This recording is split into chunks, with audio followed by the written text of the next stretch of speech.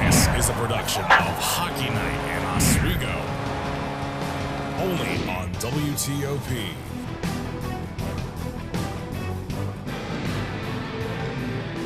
On the frozen shores of Lake Ontario, the top two teams in the SUNYAC will battle it out tonight as the first place Geneseo Ice Knights storm into the wheelhouse to face off with the second place Oswego State Lakers. And welcome into the Marano Campus Center Ice Arena, and welcome into Hockey Night in Oswego alongside Zach Case and Nick Ketter. I'm your host, Brian Rudman, as we get you set for this early puck drop here today, earlier than usual. But before we get into this matchup, let's go back and let's take a look at the SUNYAC standings as they stand now and how we've seen impacts from the past couple days.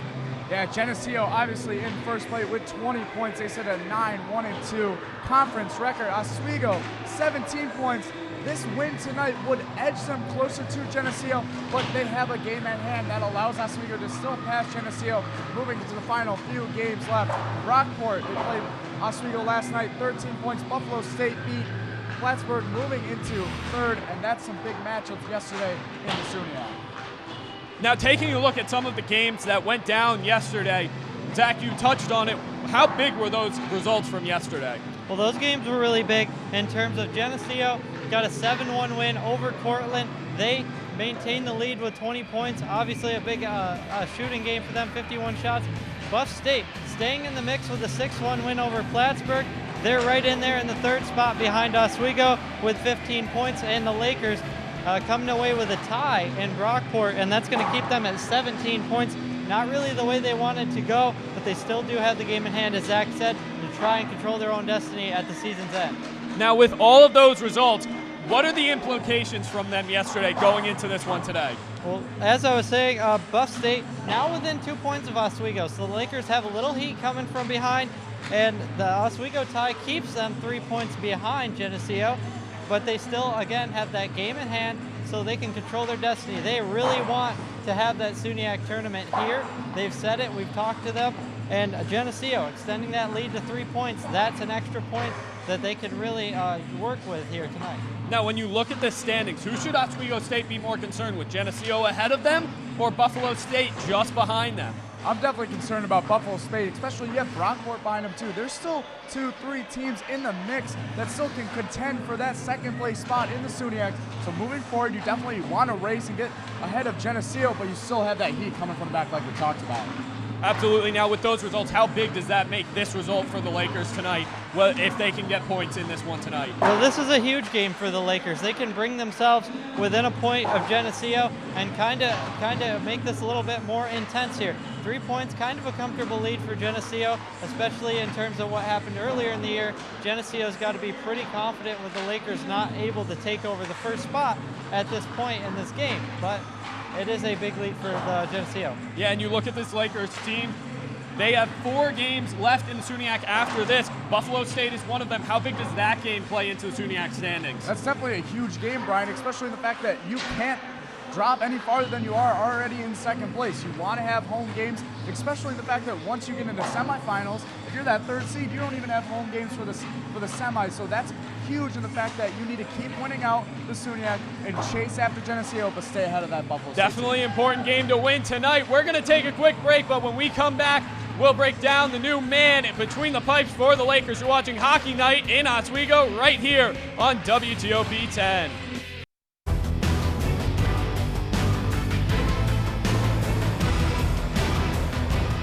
And welcome back to Hockey Night in Oswego right here on WTOP 10. As we get you set for the matchup between the Geneseo Ice Knights and the Oswego State Lakers. Now, we teased it before the break, talking about the new man between the pipes for the Lakers. It's Steven Kozakowski, and earlier this week I got the chance to sit down with him and talk about his recent success. So, Steven, you started the last 3 games now. You found quite a bit of success winning all 3 of them. What can you attribute to that? I think it's just my team. You know, if ahead of me, I think they came in with the confidence in me to really go out there and play my best, and I think that attests to we had 25 blocks against Plattsburgh, which is huge. I don't think I've ever seen a team do like that, and I wish a lot of my teams in the past have done that. But, our defense to our offense to our penalty kills to our power plays, I mean, everyone's scoring. It's easy to play good when your team's playing good in front of you. So I think really the team in front of me is what I can attest to. Everyone's playing very well. Now, we've talked a lot over this entire season about how the goalie situation has evolved.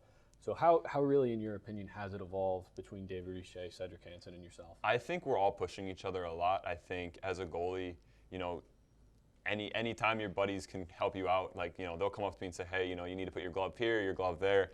And, you know, I think we've all been doing a really good job of just making sure that we're supporting whoever's doing the best in net at the moment and whoever's really, you know, the starter. So now looking forward to this weekend on Friday, you got that big matchup against Geneseo. How do you feel going into that one? I mean, you love it. You love the energy behind it. I mean, you know, crazy enough, when I was playing at Liverpool, the best team in our section was West Geneseo. So it's kind of almost the same thing, but, you know, it's just I like those games a lot. I like big pressure games. I feel like that's when I do my best, and even if it's not going our way, I still try to push.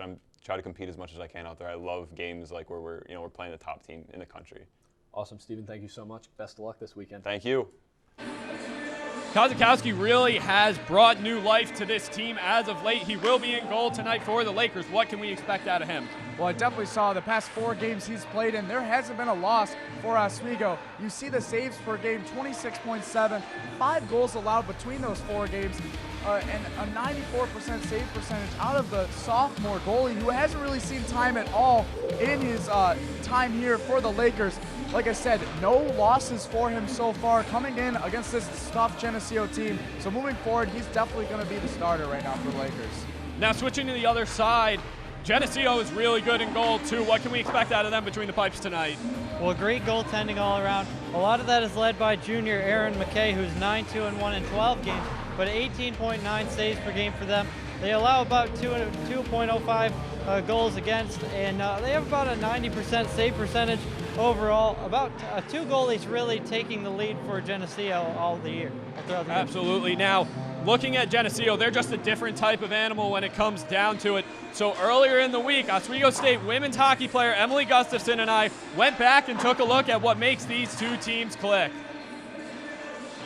All right, back here in the Al Roker studio with Emily, taking a look at some film from past Lakers games. We're going to start with the last time these 2 teams met. It was a 9-1 win for the Ice Knights in that one, and they really dominated on the power play. Let's start with an Oswego penalty kill here. And what did they struggle with this? You notice here when they're playing their penalty kill, what goes wrong is when they're not communicating and they're scrambling around and they're not staying with those top 3 players. You see that person who was right here needed to be with that middle person who scored. So when you're in the slot, you stay with that person. That way they can't get a shot right at the goalie, and it kind of prevents them from worrying about, you know, other players too. Yeah, Duran was certainly wide open for that shot there. Let's move to the next play, and it's Geneseo scoring on the power play once again. Yeah, see, that person needed to move up because that was their man, and then the person next to them, if you come back, yeah, this person, that's their player and that's their player, and the goal is to take away these 2 players' passing lane, that's called the rail, and then you also take away their shooting lane. And you see when you're not communicating, you're not confident, that's when mistakes happen. Yeah, and we'll move to the next play, and it was Oswego continuing to struggle on the penalty kill. Once again, couldn't get it fixed all night long. Yeah, it's kind of a gamble for that player to go up to that point, and you see everyone scrambling to get back in position and get into that tight box.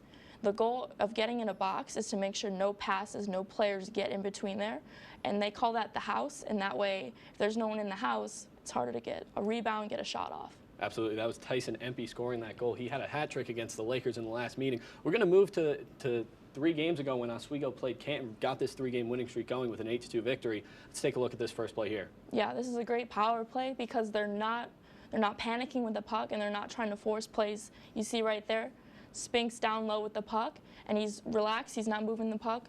And then when you're not forcing those passes, it's so easy to make a quick play and prevent turnovers. See right there?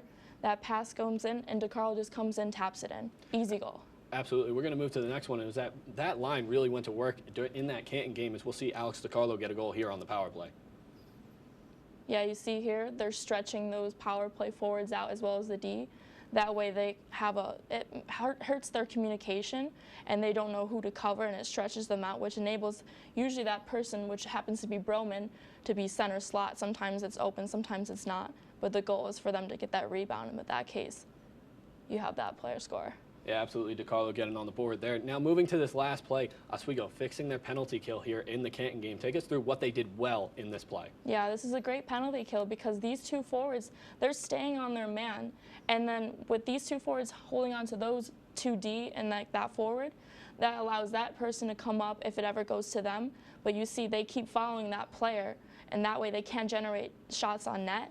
And then if it gets knocked in the boards, it's a quick chip out. Absolutely. Something to keep an eye on in tonight's matchup. We'd like to thank Emily for taking the time and doing that with us. Great insight into the game of hockey. Now, what has impressed the two of you about Geneseo? What's the biggest impression from you guys about them this season? Well, they're very fast on the power play.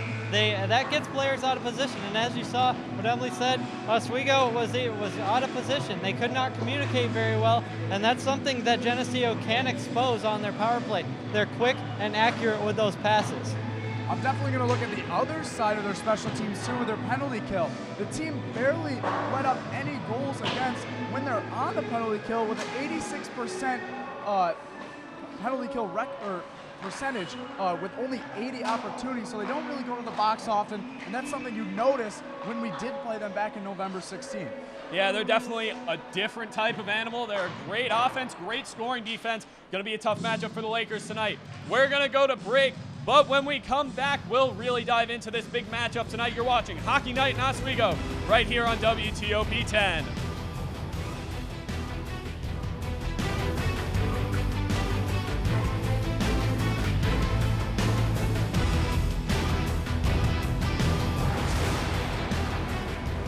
And welcome back to Hockey Night in Oswego right here on WTOP 10. Once again, alongside Nick Ketter and Zach Case, I'm Brian Rudman as we get you set for this puck drop between the two top teams in the SUNYAC. And now it's really time to dive into the matchup. Starting with the home side, the Oswego State Lakers.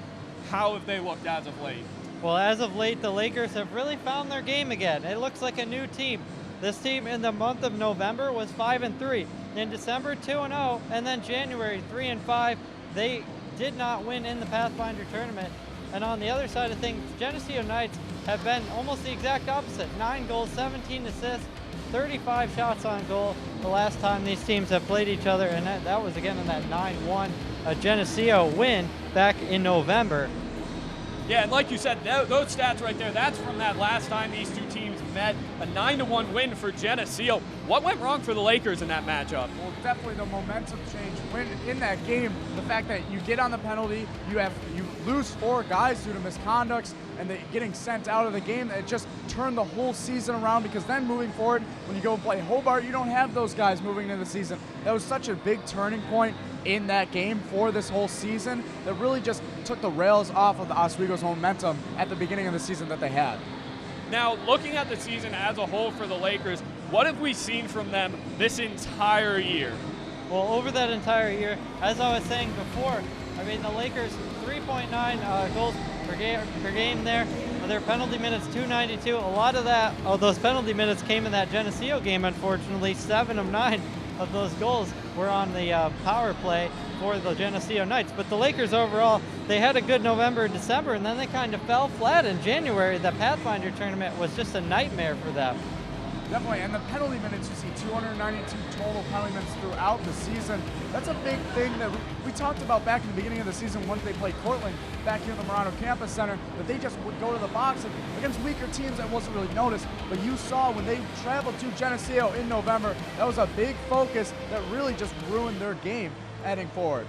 Now, you look at the last 4 games, the Lakers have really turned things around, especially since Steven Kozakowski took over a net against Canton. What have we seen out of the Lakers in the last 4? Well, in the last 4 games, 17 goals for the Lakers, 37 block shots, 6 power play goals. Power play goals, something the Lakers struggled to find early in the season. The Lakers since Canton 3-0-1, and they've outscored opponents 19-7.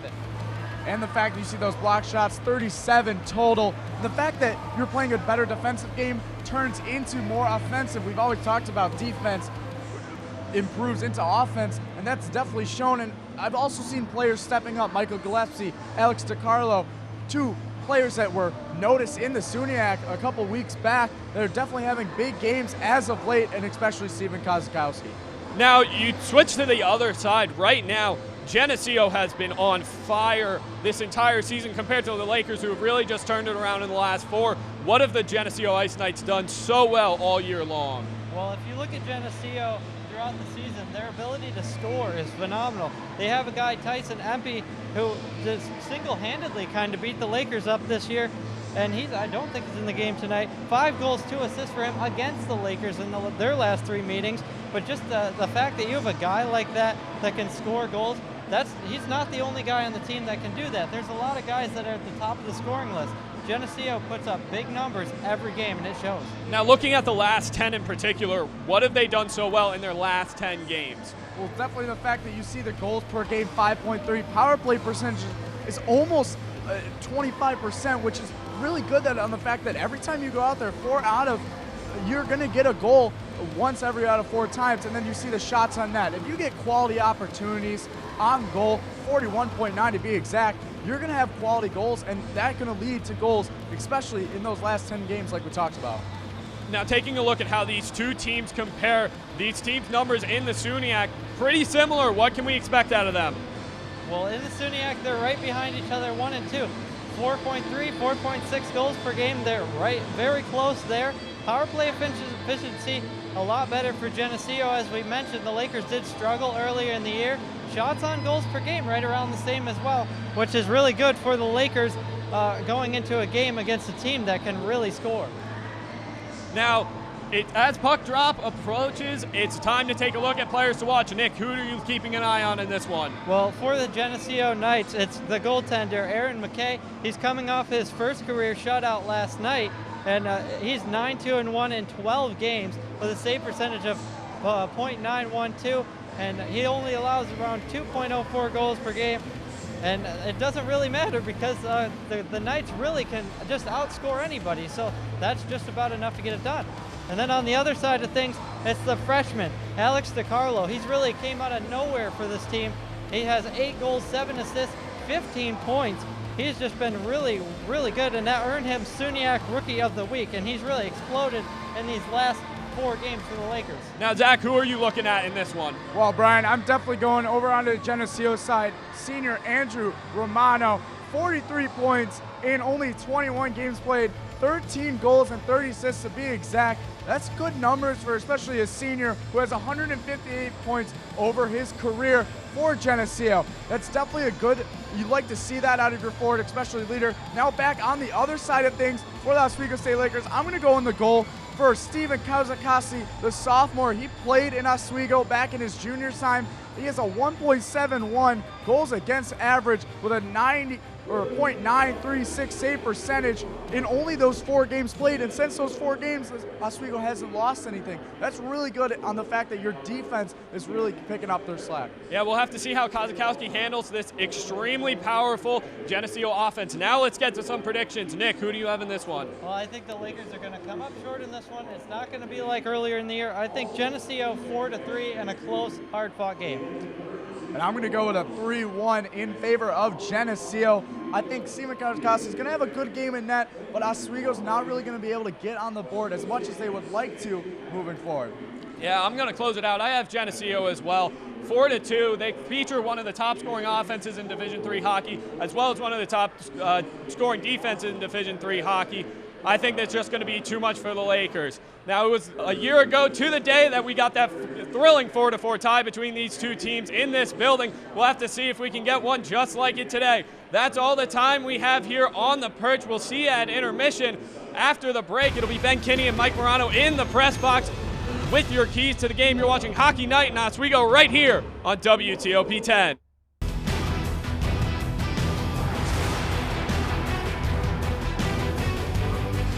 And a very good evening to you on Hockey Night in Oswego here on Pride Night, celebrating equality with Lakers hockey. Ben Kinney, Mike Morano with you from the Steve Levy press box. Mike, a big game tonight coming up for these Oswego Lakers, a last-ditch effort, if you will, for the Lakers. Yeah, absolutely. I mean, we saw what they did last time against Geneseo. Not a pretty one.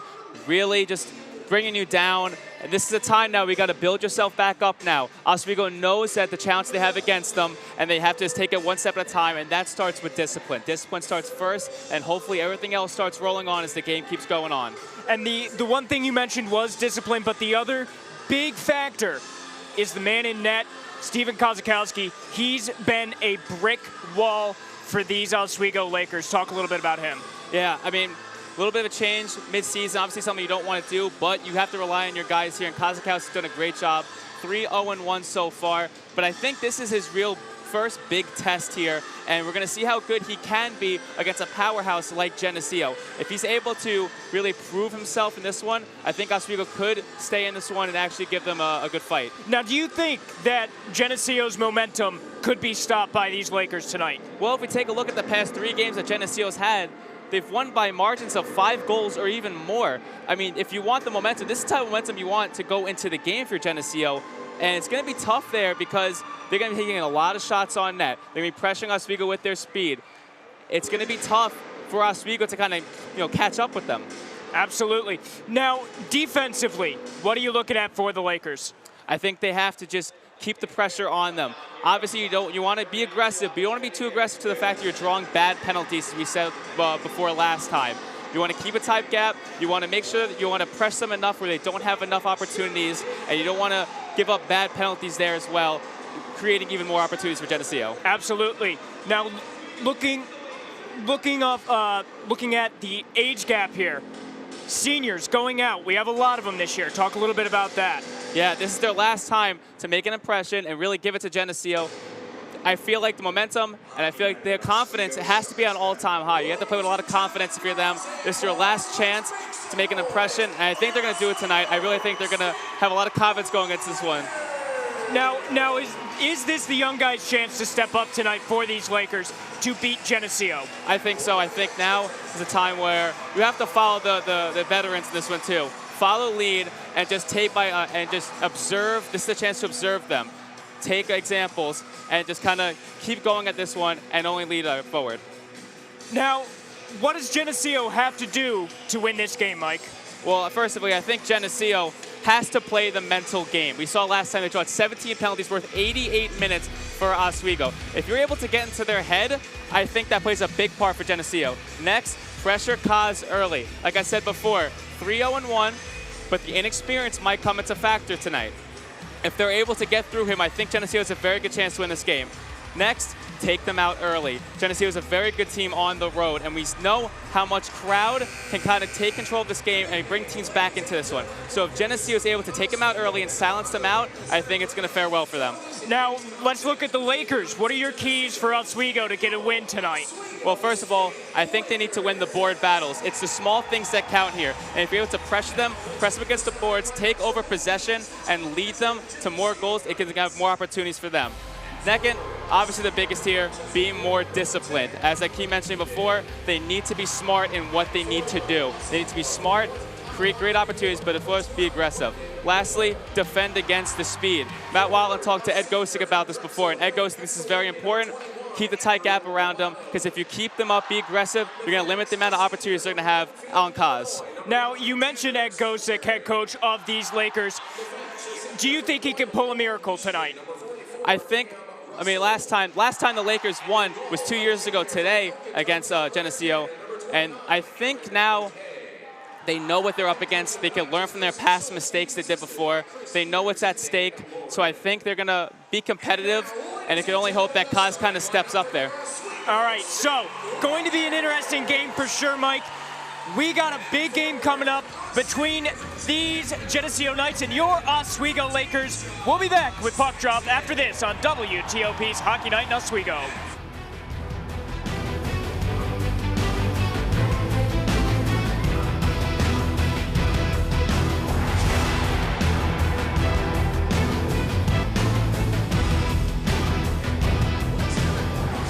Welcome back into Hockey Night in Oswego here on WTOP as the Geneseo Knights come in to face the Oswego Lakers in what will be a pivotal match for sure, Mike. Yeah, absolutely here. I mean, Oswego really does have a chip on their shoulder, I think.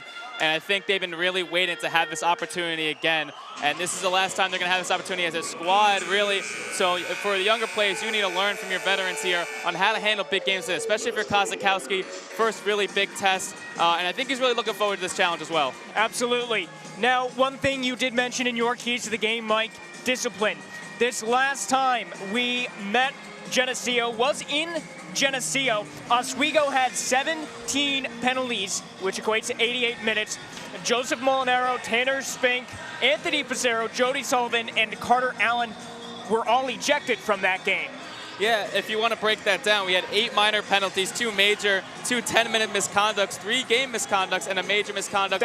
I mean, it's kind of hard to even kind of piece that together, especially for this Oswego team who went into Geneseo 4-0 going in. It was really not them, and it's one of those games where you just have to kind of find a new identity and kind of see what works here. And I think they've been just trying to study what they could do better, and now this is their chance to really prove that. That's some old-time hockey right there with those numbers. Two misconducts, 2 majors, and we're underway. Russell will pick up the puck for Geneseo, dump it down into the Lakers scoring zone. It'll be picked up, a shot on net, fired by Keenan, and Kozakowski will hold on for the whistle, so we get a quick one here right off the face-off. Yeah, already a start for Geneseo. They want to be aggressive right away. So having a shot on net already, they got to keep that up. Draw to the right of Kozakowski will be won by the Knights. Into the corner, that's going to be picked up by Miller. Miller trying to get it around, and a Geneseo player knocked down behind the net. Miller picks it up again, and be picked up by Zizek. Vance was in the corner as well. Miller will pick it up for the Knights again, trying on the wraparound chance. It's intercepted there and batted down, still in the corner, picked up by Romano. Now Zizek will pick it up, starting the attack for the Lakers, pass it back to Kozakowski, who will hold on for the whistle. 19:22 left here in the first period. Yeah, Oswego desperately needs to get out. They really need to get out of their zone as fast as they can here, because if you keep Geneseo in this, the more opportunities they're going to get on Koz. And like I said before, if they pressure Koz early, that's already a great sign for Geneseo. Absolutely. Puck down in the Geneseo scoring zone, goes bouncing past the stick of Tanner Spink. As Geneseo starting on the attack, Spink trying to get the interception. It'll sail down the ice. Ref getting in the way of that one there, as it'll be Spink picking it up. Trying to pass it up to Pissarro, but it's intercepted still in the Oswego scoring zone. Now into the neutral zone, intercepted again by DiCarlo. DiCarlo in the neutral zone, pokes it ahead, that's going to be Spink again. Now into the Oswego scoring zone, picked up by Pissarro behind the net. It'll be picked up by Perna. Perna trying to work it up, and he does into the neutral zone. It'll be picked up again by Novik. Novik pass over to Ananucci. Ananucci trying to find an open Laker to pass to. He does, trying to get it to Emerson, but it goes just a bit wide there, where it'll be picked up by, a Laker. That was Scorpio. Now Curry firing a shot that's patted away. And now Oswego regaining control. Emerson in the neutral zone, waiting for his men to be back on side. They finally are, and he will, as a result, dump it around. It'll be picked up by Scorpio again, trying on the wraparound chance. Now into the right corner, Scorpio almost getting knocked off there on a big hit. Scorpio, a firing shot in front of the net that goes just wide. Now picked up, Pellick fires the shot wide, off the blocker and wide. Now into the corner, it'll be Perna picking it up behind the net. And Perna starting on the attack, in out of the Oswego scoring zone. A pass into the neutral zone that goes wide and down the net will be whistled for icing. Now 17:46 left. A good offensive chance there for Oswego, Mike. Yeah, I like that burst of energy that Oswego just had there. That's what I'm talking about when they need to be that aggressive here. And you see like a replay here. Oswego just trying to find any opportunity here, trying to get one in front, just mishandled that one and just really couldn't get around that one. But again, they were able to kind of bring the puck back and take more shots there. They need to be aggressive as possible. That one will be down in the Oswego scoring zone. It'll be picked up, and a big hit delivered there by Allen, and a shot going wide and away. Geneseo starting on an odd man rush now. Coming up, that was Doran for the Knights. Now into the Oswego scoring zone. The puck will sail down into the corner. Lewis trying to go after it. He gets it to Kirkby. Kirkby in the right corner. still with the puck. A stalemate there as he was almost knocked off, and he is. And a big hit by Lewis. Hit a big Mack truck hit on Kyle Hartman of Geneseo, as that one will be sent down and around. Carson Vance behind the net.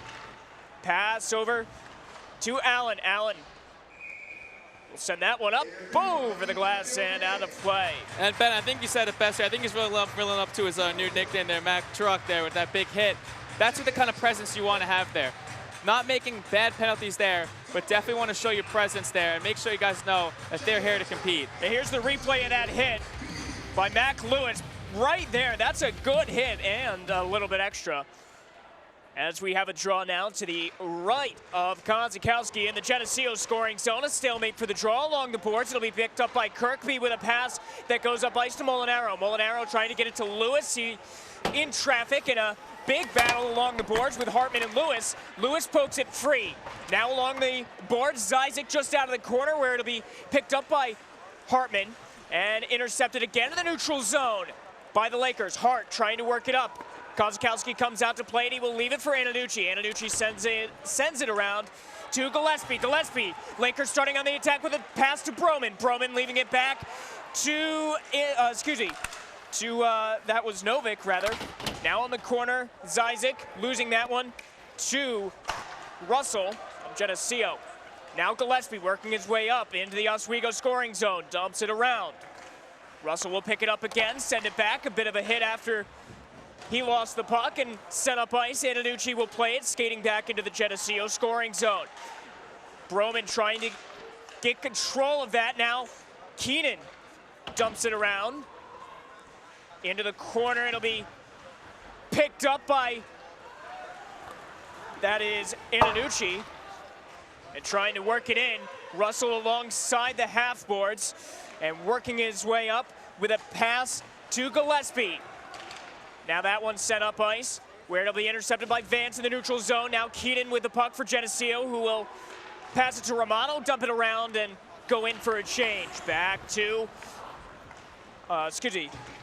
Vance, and dumped down. I thought that was gonna be icing, but ref says no, and it's sent down again. Vance will pick it up, and a big hit there on the hip check, but a shot and a goal. And despite the hit, Geneseo strikes first here with 15:08 left in the first. Yeah, there was a lot going on in that play there, Ben. Devin Brink was able to grab that one there.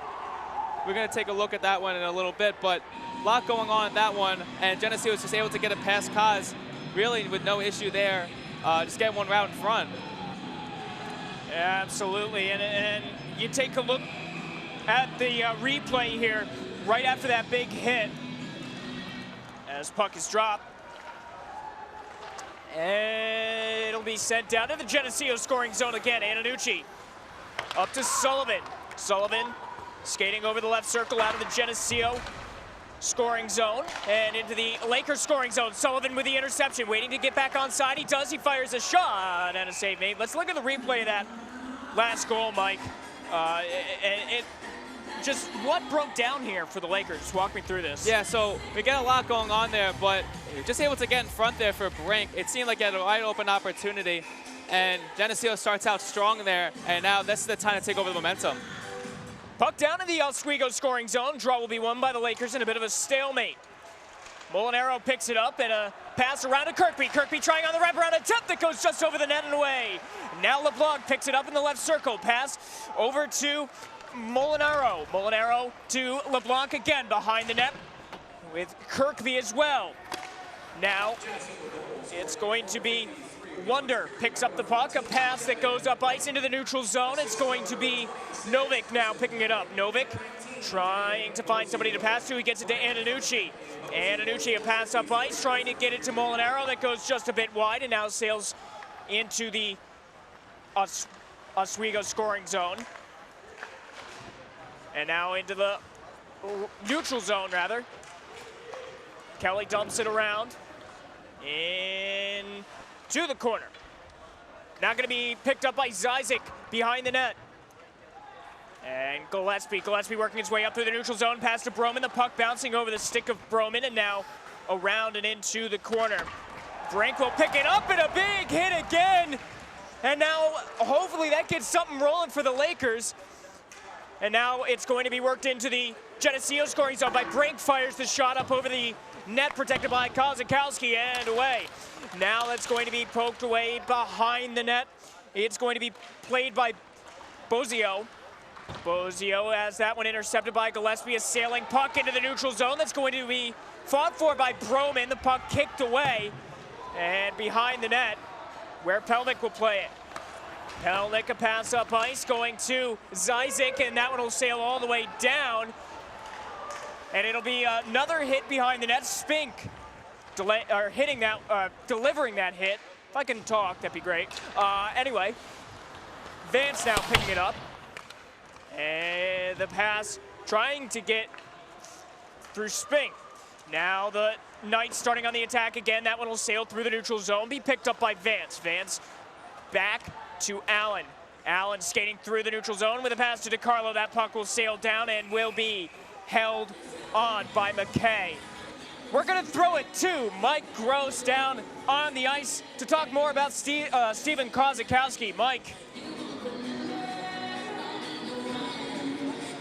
Thanks, Ben. Steven Kozakowski in net for the 5th straight game. He sported a .936 save percentage. He's only allowed 7 goals before tonight and 2 power play goals, but that's the thing. It's going to be those special teams on the power play. Geneseo is very good. They're in the top 10 in the country, but it's that power play that's going to do it all. Thanks, guys. Back to you.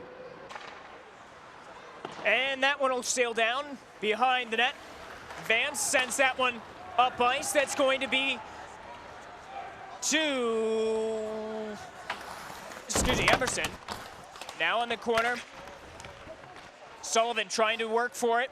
And wide to Scorpio, still in the corner. Scorpio again, and Scorpio is hit hard in the corner, and that one will be a penalty. And the Lakers are gonna go to the power play on an interference call to Tanner Salisbury of Oswego. And now this is the time now where you want to capitalize there. They've been aggressive really all game, but one thing I'd like to see from Geneseo is that how quickly they were able to adapt from that and able to create scoring chances. Now this is Oswego's chance now to be aggressive and just kind of keep the puck in their zone. And just watch the replay of this hit, and it didn't even have the puck. No, absolutely. So Broman will pick up the puck, and the Lakers will start on the attack. Gillespie on the point, now working it over to Novik. Novik wanted to fire the shot, but he held back. Back to the point, that's Gillespie. Gillespie working his way into the right circle. A shot from Broman that goes just off the pad. It'll stay in the Lakers scoring zone. Novik holding back from firing the shot. Now Gillespie again. Gillespie fires the shot that's redirected off of a Geneseo player who's now down. That's going to be Gillespie picking the puck back up. Now Novik again, skating onto the right point. Over to DiCarlo, back to Novik. Now Novik to Gillespie in traffic. Gillespie missing the shot as he loses an edge. Now that one will be sent around. DiCarlo picking it up in the left corner as Novik trying to work it up. It'll be intercepted and dumped down by the Knights. Lakers getting fresh legs on the ice as Broman will pick it up for the Lakers behind the net. Will leave it off for DiCarlo. Or excuse me, Broman up to DiCarlo now. DiCarlo into the Lakers scoring zone, holds back. A pass to Broman again. Broman on the point. Takes the shot off the mask of McKay and over to Gillespie. Gillespie on the point. Leaving it off, almost leaving it off for Broman. Now behind the net, Kirkby.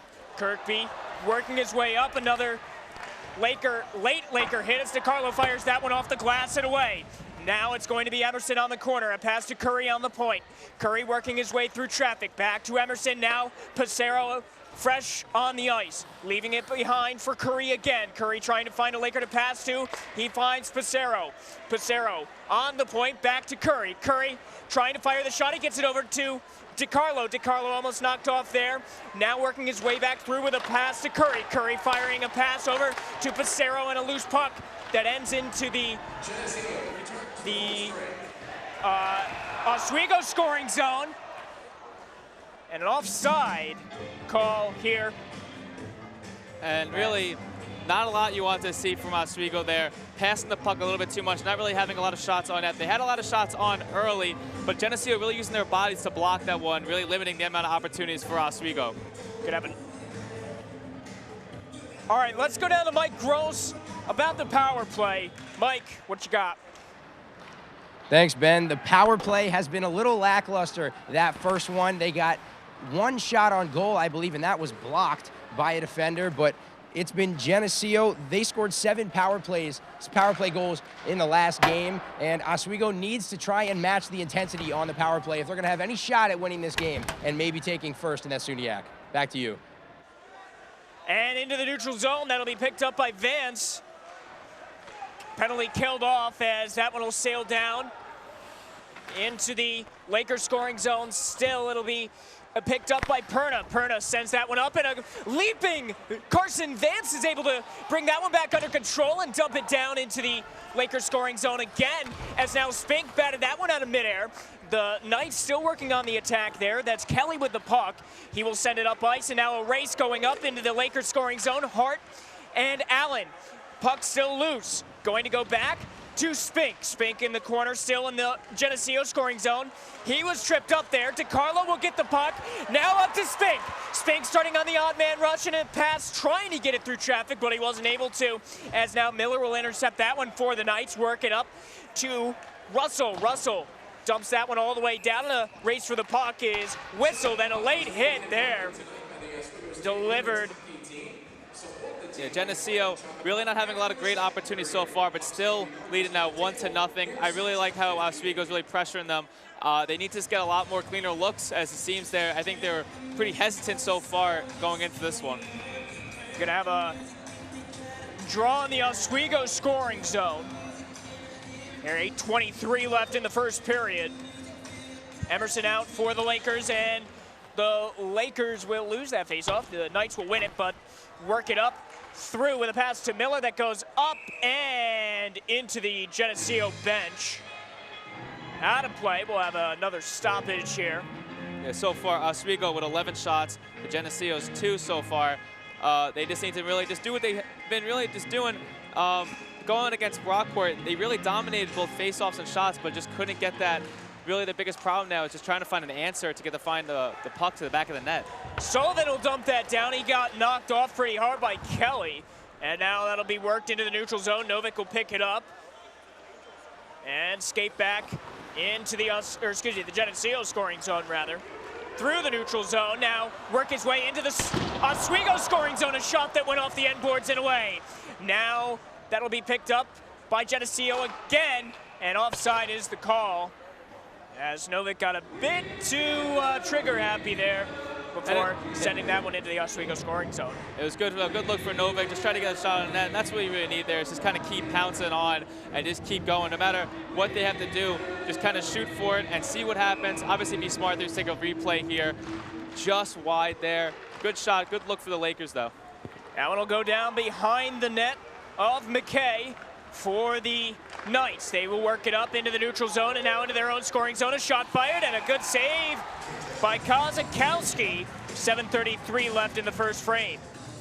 Yeah, absolutely, and Kozakowski really showing up so far. I know the first goal kind of went on there, but really, once you give a goal that early, it really could set up a different mindset for you, but you just have to keep looking forward there and kind of brush that off. It's still a 1-0 goal. You got to trust your teammates here, and you got to trust their ability to put some on the board. That one will go down and along the end boards in the Geneseo scoring zone, where it'll be picked up by Lewis and then intercepted off the mask of Allen and into the neutral zone. Lewis now up to LeBlanc. LeBlanc working his way into the Oswego scoring zone. That one going up over the net and away.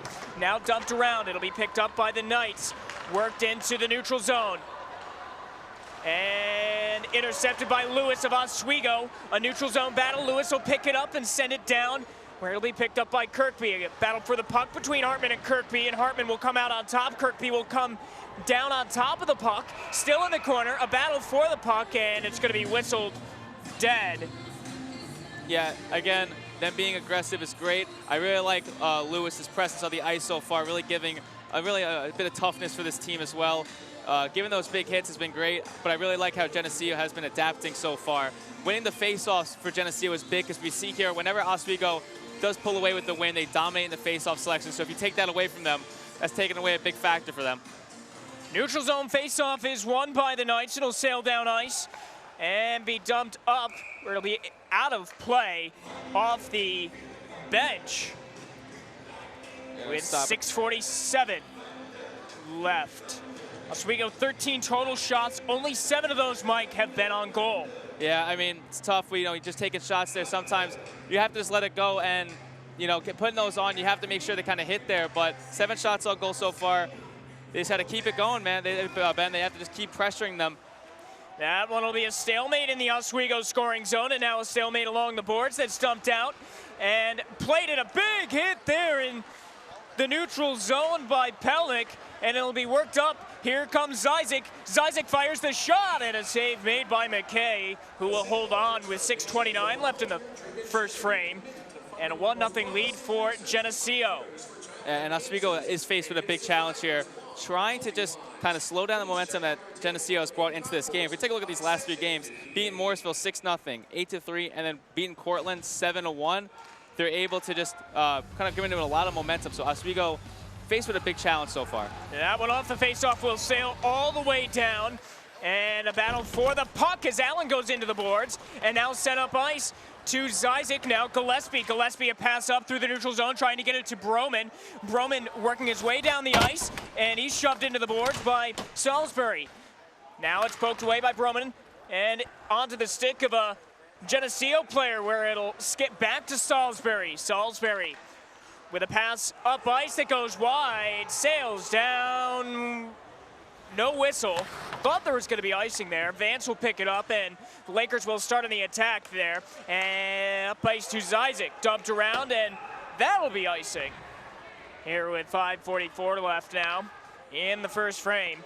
Kind of weird icing calls tonight, Mike. Yeah, a couple misplays, a couple plays where maybe you thought it'd be icing. But you kind of have to look for the ref there. You kind of have to just keep playing there. Just keep playing till the whistle blows. So kind of have to make sure you don't get caught off guard by that.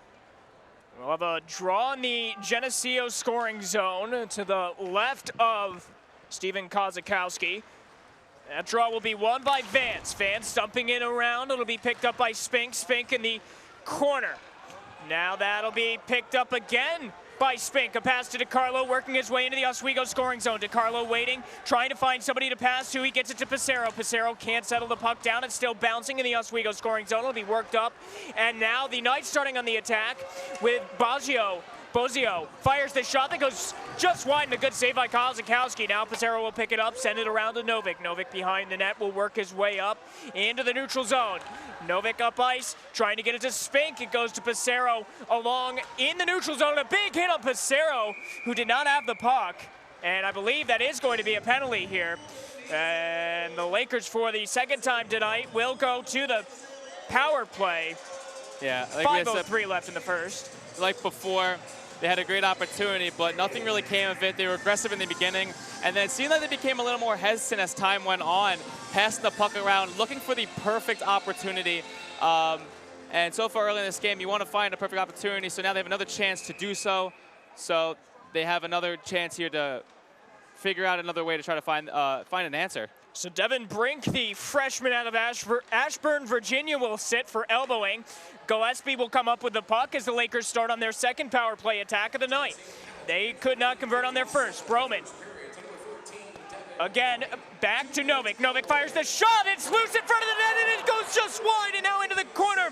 Will be picked up by the Knights. Now a stalemate along the corner where it's poked free to DiCarlo. DiCarlo to Gillespie in front of the net in the right circle. Gillespie still maintaining control, waiting a pass to DiCarlo. Again, Novik on the one-time shot going just wide off the glass and away. DiCarlo able to keep it in. Novik now working his way a pass to the point of Gillespie. Gillespie trying to get the redirect in front from Zyzik, and now DiCarlo alongside the boards.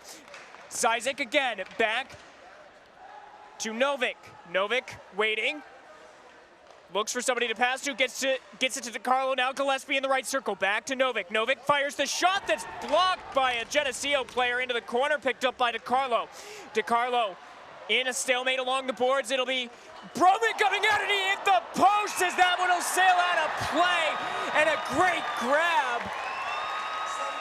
We got a standing ovation from the crowd on that one. That was a great grab. And really just a much more stronger start to this power play for the Lakers. A lot of great opportunities, some of the best they've had all game. So the last one ringing off the post. They have to keep that up. They got to keep the momentum going on there. They can't stop now. 53 seconds left for this power play, and they got to continue this strong outing. Puck will be down in the Lakers scoring zone again. Be picked up by Vance. Vance to Curry on the point. Curry over to Pissarro. Pissarro back over to Vance. Vance couldn't keep control of that. It gets it to Curry again. Curry waiting, and now Vance again. Vance fires the shot that goes just wide, and now it'll be Kirkby in the corner. A pass back to Vance. Vance with 30 seconds left on the power play. That'll be picked up and sent around by the Knights. Down ice. Curry will pick it up. Behind the net. Be worked up. A pass to Emerson. Emerson working his way through now into the Oswego scoring zone. He's pinned up along the end boards. We'll have a stalemate with 5 seconds left on the power play. Now that'll be worked into the neutral zone by McCabe. McCabe working his way up, takes a shot that goes just wide and away. Now into the corner, it'll be picked up by Brink. Now behind the net, Miller. Miller over to Brink again. Brink with the puck, trying to find one of his guys to be open. Now it'll be intercepted by Broman. Broman a pass up ice, trying to get it to Gillespie. Gillespie could not settle the puck down. He will sail into the corner. And now a big hit along the end boards by Gillespie. Now a loose puck that goes into the corner. It'll be picked up by Novik. Now back to Zizek. Zizek looking for somebody to pass to. He gets Broman, and a good move there, but diving down in a shot that could not go wide, and some extra curriculars here as Gillespie had his face mask grabbed. And replay of them, just watch this. And like I said, Ben, right before, this is where the mental game kind of comes into factor. As you see that he was hooked there. This is where Oswego needs to keep their cool. Things are like this is going to happen. It's gonna cause you to make some bad penalties. It's just a matter of time before this was going to happen now, and this is where Oswego needs to keep their composure. Only a one-goal game. They've been playing great so far. This is the time now where they're going to really be tested mentally. Zizek picks it up behind the net. LeBlanc. That one's going to be lost over to Novik. Novik back to LeBlanc. LeBlanc lost that one in a stalemate along the boards, and that'll be a race for the puck. Antonucci fires that down, and it will be held on for the whistle here. 2:05 left in the first period. Yeah, what I like so far from the Knights, too, at the end of this power play is how quickly they were able to flip the switch. They said they're getting dominated so much in this power play, and they were able just to have one puck come their way, bring it all the way down the ice, and keep it going there and test Kaz a little more. Draw to the right of McKay, and it'll be Pissarro trying to get it, and now two Oswego players on Salisbury. Now, Salisbury pinned up along the end boards. It'll be Geneseo coming out of the stalemate. Kelly up ice. Will lose that one, go all the way down, and a race that goes to Antonucci. Pass that goes up ice. Novik with the puck. Elbowed down by a Geneseo player. Antonucci will pick it up, and now a pass to DiCarlo. DiCarlo on a feed pass to Spink. Spink, DiCarlo again. DiCarlo firing the shot that goes wide and away. Now that'll be picked up by Geneseo yet again, working their way through the neutral zone into their own scoring zone. Keenan with the puck, losing that one to Vance. Vance working his way with a pass up ice to Allen. Allen working through the neutral zone, now into the Lakers scoring zone. He will lose that one, and it'll be back to Miller. Miller now into the Geneseo scoring zone, holds it, and a shot that's blocked away, and now a loose puck, trying to get it to Wilkins, a shot that is a save made, and now some extras as Kirkby takes down a Geneseo player on top of Kozakowski. Vance is dragging a Geneseo player out of the pile. Yeah, we're definitely going to get a lot of this throughout the whole game. A lot of traffic in front of Kozakowski, a lot of contact, and we're going to get a lot of this throughout the rest of the game, too. Absolutely. So, Kozakowski has taken a bit of a breather there. Has Oswego already lost this mental game? Not yet, because the penalties really haven't, again, they haven't drawn any penalties yet. Once those penalties start racking up is really when the red flags come out and there's something that has to change. They're going to get mad. They're going to have to show their presence. I understand that. But this is something now where you have to kind of take the high road, let them take their shots, but then, again, back into the game. And it's looking like we're going to have 4-on-4 here for a little bit. Vance is yelling at the ref. And, of course, Isaac is out there. Let's take a look at the replay of this. Just trying to see what happened. Both Vance and Keenan are in the box. And I'm just trying to see what the penalties are. And goes to anxiously pacing along the Oswego bench. Yeah, obviously something you don't want to have, especially going into the second period now. This late, it's going to cost them a little bit, but again, if they're able to brush this off, I think they'll be fine. But again, this mental game is going to be playing a big factor. I didn't see Vance do anything, so I'm not sure what Vance may have gotten the penalty for. As that shot fired up over Kozakowski and will be picked up by Allen. Allen over to Novik as we are playing 4-on-4 here for the rest of this period and a portion of period number 2. A pass up ice, Gillespie working his way through the neutral zone, now into the Oswego scoring zone. Gillespie still maintaining control of the puck into the corner, a big hit there delivered on Salisbury. And Brink will pick it up, send it back, intercepted, still in the Oswego scoring zone rather, as that one will go up to Brink. Brink along the half court, almost going into the penalty box off the hit from Novik. And now into the Geneseo scoring zone. Salisbury will send that into the corner. He'll be pinned up with Allen, upcoming call against the Lakers. As Allen goes down, Salisbury goes down at the hands of Allen. And that's going to be Vance for cross-checking. Josh Zizek is being talked to by the ref. He's obviously frustrated. And it's going to be, I believe that's going to be cross-checking again. So back-to-back cross-checking calls for these Lakers. 11 seconds left in the first period, Mike. And this is exactly what Oswego needs to really not have here, is because now it's a snowball effect. Once one happens, more penalties are going to occur. Exactly what happened in Geneseo back in November. This is a time now where it's almost nearing the end of the period. You have to go back in the locker room and try to figure out what to do to stop these. First opportunity of the night for Geneseo, sending that one wide, and now a loose puck in front of the net that goes just wide again. A great save by the Wizard of Koz. Steven Kozakowski does it again. A beautiful save that keeps this a 1-0 game. What did you take away from this first period? Well, I really, like we said before, Kozakowski being able in this big-time test to finish out this period strong. Let's take a look at another look here. Watch this. Just like magic. What a save. They don't call him the Wizard for nothing, oh, Ben, man. as you take a look to close out the period. Good note for the Lakers, but again, they have these penalties now. They have to come back into this one. Is it luck or is it skill, Mike? It doesn't matter. Whatever happens, it happens. It's a little bit of both here. Kozakowski purely coming in here, 3-0-1. He shows up in big-time moments like this now, but we have 2 more periods left to play. Oswego needs to stay out of the box here to give Kozakowski a chance at this one. All right, we're going to go to break. After this, we'll be sending it up to the guys in the perch. You're watching Lakers Hockey on WTOP.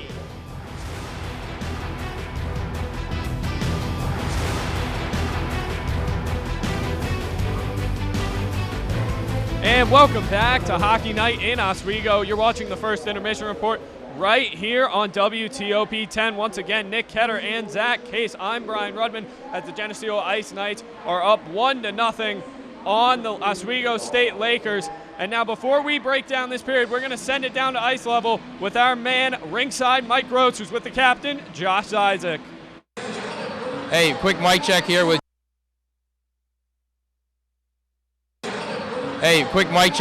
Josh Isaac. We had some technical difficulties here. We're back on the perch. We're going to take a look at what went down in that first period. What are your thoughts on that? Well, this first period for the Lakers, I don't think it went particularly too well for them, but it's not the worst case scenario for them. They only find themselves down 1 in this one. They have 13 shots on goal. to Geneseo's 6, which is great for them. The power play efficiency, 1 for 2 and 0 for 2 there. Face-offs go in the direction of Geneseo, but for the Lakers, you've got to be happy with being only down by 1 in this game. You can definitely get back in it. Now, Zach, we saw Oswego fall behind early. How do you think they reacted to that first goal? They definitely came right out afterwards, had a great shift that kicked off some of their offense. They weren't really getting shot opportunities right off the bat in the first period. They came right out after that goal, started getting the puck down low, and then they started hitting, and then that turned into offensive pressure that they got off of their forecheck. They got shot opportunities, which shows in that game, in that period recap that we just looked at, that definitely brought opportunities and then turned into power plays too. Now, the man who's been in the spotlight throughout our pregame show, throughout this game, is Stephen Kozakowski between the pipes for the Lakers. How has he held up so far? He's definitely doing a great job. He hasn't got too many shot opportunities, but that 1 goal against isn't a big deal. Wasn't necessary. His fault, kind of left out to dry, but 5 saves on 6 shots isn't a bad first period. He's definitely making key saves when he needs to, but he's having a great game right now in between the pipes. Now, moving to Oswego, their power play has sort of failed them so far. They've gone a man up multiple times. They haven't been able to get on the scoreboard. What's been going wrong there? Well, that first power play, they definitely needed to get some more shots off. They barely shot the puck. Their passing was very slow. They weren't necessarily out of position, but it looked like they were having trouble deciding what to do. They really need to open up that slot, and on the second power play, I feel like they did do that. They took a lot more shots, but those passes were still kind of slow. And when you're against a team that is as fast as Geneseo, that can recover and turn that power play into a shorthanded situation where it's an odd man rush, that's not good. And now we're going to send it down ringside with our man ringside, Mike Gross, who's with the captain, Josh Isaac. Thanks, guys. Down here with Josh Isaac on the ice at the end of the first period. Josh, you played well during the first period, but what can you accredit to Stephen Kozakowski in that? Only let up the 1 goal so far. You know, he's been an absolute stud tonight. We're giving them way too many chances, and that's on us, but you know what? He's bailing us out, and that's exactly what you need from your goaltender. Well, you guys are going to be down on a 4-3 advantage. What do you guys have to do to kill that penalty in the end? Just got to play sound D. Every chance we get, that puck's got to get down the ice. Try to kill off as much time as we can, and at the end of the day, we just got to keep that puck out of the net and come out of it at 1-0. That defense of yours blocks a lot of shots. Is that a big part tonight? Absolutely. These guys have a great power play, and obviously if the puck can't get through, they can't score. So we're going to try to block every shot they take. Awesome. Thanks, Josh. Back to you guys. Thanks, Mike. That's all the time we have for this little short segment here. We're going to go to a quick break. When we come back, we'll have more first period analysis. You're watching Hockey Night in Oswego right here on WTOP 10.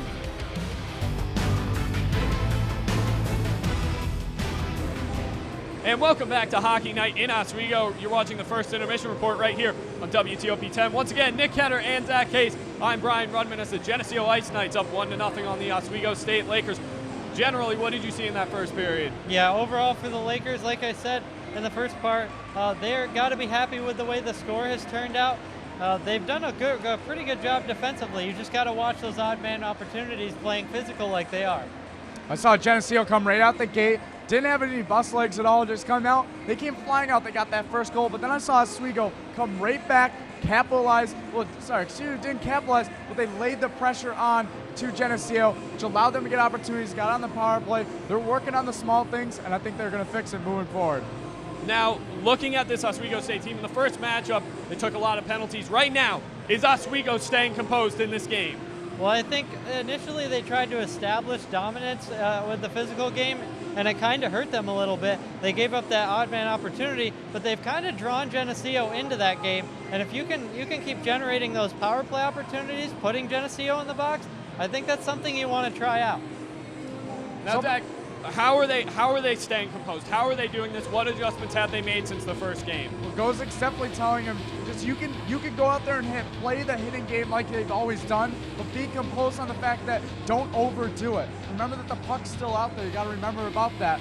One thing that I definitely did see towards the end of that period, though, is that scrum in front of Kozakowski that did put Carson Vance in the box. But at the same time, they did start getting back to their game, and that's now a 4-on-3 opportunity for Geneseo. Now, let's get to coaching adjustments. If you're in the Geneseo locker room, what's the first adjustment you're making? I'm definitely saying stay out of the box. You know the game that Oswego likes to play. You saw it back in November 16th. if you get those power play opportunities and limit the fact that you don't have to go back into the box, you're going to get quality opportunities. Now, Nick, when we look at Oswego, what adjustments is Ed Gosick making in the locker room? Well, I mean, for the Lakers, you have to have better quality shots. The Lakers had those power play opportunities. They got shots off. They are leading in shots, but that did not mean all of them were quality. They did get some on that second power play, as I said, but that's going to be really important. Geneseo is holding you to the boards if you're Oswego. You got to open up that slot, make that extra pass, and try to find the back of the net. Now, looking at that lone goal that scored, what did you see out of that one?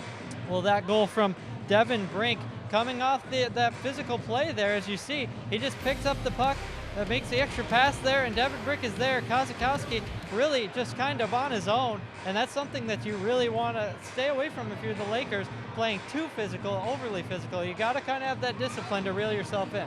Now, have the Geneseo opened the floodgates with that lone goal? Because we saw it in the last time these two teams faced. Once Geneseo scored, they never stopped. Yeah, and you definitely can't allow them to come out the next shift, bury another one down. Now you're down 2-0. So I think Oswego did a great job making sure that they came out the next shift, kept their composure on their end, and then got their own opportunities, which didn't allow us Geneseo to come and open those gates like you talked about. Now, looking when we head back to the other side of the ice, right now, is Oswego's offense underperforming or is Geneseo's defense overperforming?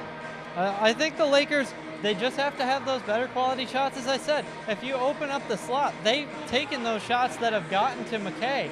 But you just have to make that extra pass in there, take advantage of those rebounds. You saw a couple close calls.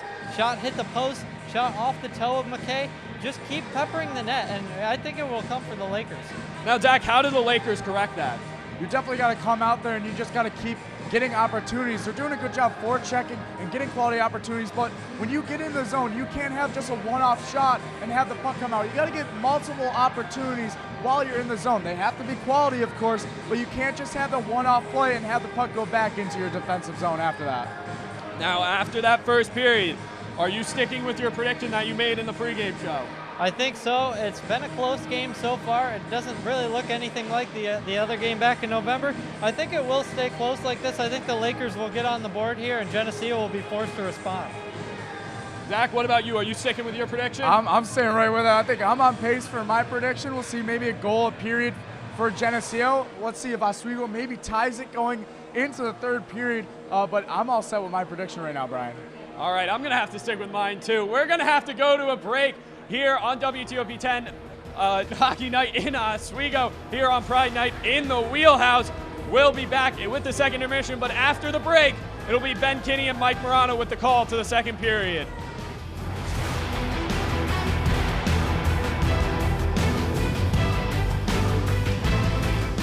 And welcome back into Hockey Night in Oswego on WTOP as the Geneseo Knights, number 3 Geneseo Knights, come into town to face the Oswego State Lakers. Mike, what have you been seeing that's been working for Geneseo tonight? I think their ability just to flip the switch there, I feel like it's a great opportunity for them. I think there's a good opportunity for them to flip the switch and able to adapt as fast as they can there, so it's able to stay able to kind of fix what Oswego's been doing there, because Oswego started out really hot and Geneseo's been able to move the puck around. Now, what do you think the difference could be in this game? We have 49 seconds of power play for Geneseo here as we start out the period. Being able to just kind of playing this mental game there. We saw it now at the end. It was snowballing a lot there. That's what Geneseo really needs to rely on there, and being able to capitalize off these penalties that they're going to be able to receiving now, and we're going to have power play for Geneseo as well. Now, is Kozakowski getting the support that he needs right now from the Lakers defense? In the beginning, yes, but now at the end of it, it kind of seemed like now they're pulling away. They're starting to get angry, starting to get frustrated themselves now. With the amount of shots they've taken, a lot of opportunities they have, I think a frustration factor now starts to bring in now. So at the end, they're not as much as I would like to see. That'll be worked up by Salisbury into the corner of the Geneseo scoring zone. Now a loose puck that'll be worked up into the neutral zone. A fight for it. It'll be Kelly that comes up with it. A pass to Salisbury again. Now working his way into the Geneseo scoring zone. Salisbury with the puck. Waits. Finds a pass to Romano. Now back to Salisbury. Now Miller back to Salisbury, fires the shot away, and now Romano will pick it up again. Romano on the left circle. Pass that goes just wide now. Miller will pick it up over the left circle. Salisbury, Romano, right circle. Back to Miller, left circle, firing the shot that goes, and a great save by the Wizard yet again as Kozakowski makes a beautiful pad stop. Yeah, as of recently there, it's been kind of all Geneseo, and Kozakowski's been having able to pick up the slack there. I think that with this test, I really feel like Kozakowski has proven himself. But again, as time and time goes on, if this keeps happening, we can't rely on Kozakowski to save every single one of these. Oswego really needs to step up here. That'll be won by Geneseo again. Doran a pass over to Miller. Now Doran again. Miller in the corner. Doran fires, going just wide. 46 seconds left on the power play for Geneseo. Emerson dumps it down. A beautiful penalty kill opportunity there. It'll be passed up to Miller. Miller alongside the half boards, dumps it back around Doran. Doran working his way out of the Oswego scoring zone. He has it poked away as Spink in the neutral zone. Romano working his way up into the Geneseo scoring zone. A pass in front of the net. Another great save by Kozakowski. And now behind the net, it's going to be Romano pinned up with Vance. Miller picks it up again. 15 seconds left on the penalty kill for the Lakers. Now on the point, it'll be Perna. Perna trying to fire the shot. He gets a pass around and on top of the net. Now in front of Kozakowski, it'll be picked up by Spink. Penalty killed off for the Lakers. Spink working his way through the neutral zone. Now a line change for the Lakers is dumped down. And it'll be picked up by Perna. Perna whistled dead here. Offside, I believe it's going to be the call. And Kozakowski, they're really fixing what Oswego did wrong there and able to save them and create a new opportunity. Now they're at full strength. Now they can come back here, try to win a lot of these face-offs. They haven't been winning many face-offs as of recently. Salisbury, a pass going to Russell. Russell trying to work his way through, losing that one. It'll be passed back to Salisbury. Skates into the Oswego scoring zone, dumps it up. It'll be intercepted by Allen in the neutral zone. Dumped down, whistled dead with a hand pass, rather. 17:51 left in the second period here in Oswego. A 1-0 game for Geneseo. And we'll go down into the Geneseo scoring zone. Yeah, Geneseo coming out strong here as they have really right in the beginning. They're having a lot of great opportunities, just like Oswego did last period, but Kozakowski bailing them out time and time again. Really, this could have been a lot different of a game here if he misses just a couple of them. That'll be picked up by Vance. Dumps it out of the Geneseo scoring zone into the neutral zone. It'll be Wilkins passing it back to Hartman. Hartman skating his way into the neutral zone. A pass that goes up ice. It'll be a race for the puck with Wonder and Vance. Wonder picks up the puck behind the net. A pass that goes to Burnett. Burnett losing that one. It goes up ice. It'll be picked up by DiCarlo in the Lakers scoring zone. DiCarlo trying to get it through traffic to Spink. He will lose it to Wilkins. And a stalemate alongside the boards. Now still a stalemate. It'll be Wilkins that comes out with it. Now DiCarlo alongside the boards. Will almost be pinned up again. Has it poked out. Going to Passero. Passero is then pinned up. Gets it to the point. Allen fires the shot and a good block by Hartman. Hartman. Now Spink in front of the net, a loose puck that goes down ice. It's going to be icing. The call. Let's get some more on the power plays tonight with Mike Gross down at ice level. Mike. Thanks, guys. A massive penalty kill. They were down 4-3 advantage, then 5-4 for about over a minute.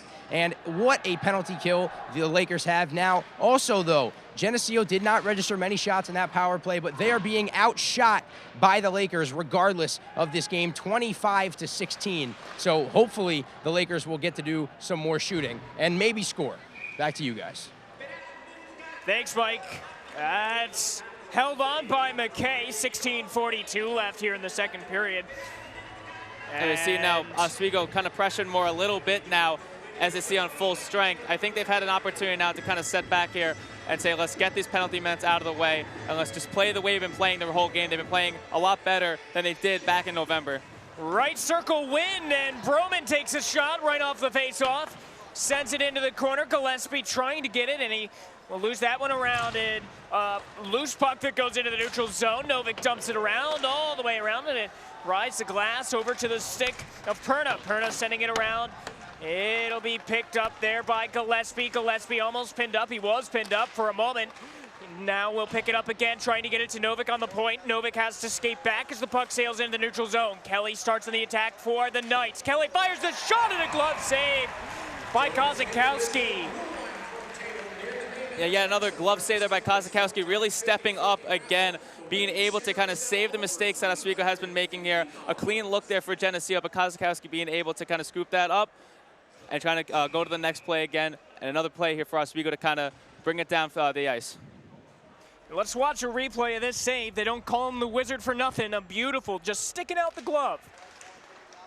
Just like magic. That one won, the faceoff rather, won by Geneseo. Sending that one into the corner, a stalemate along the boards.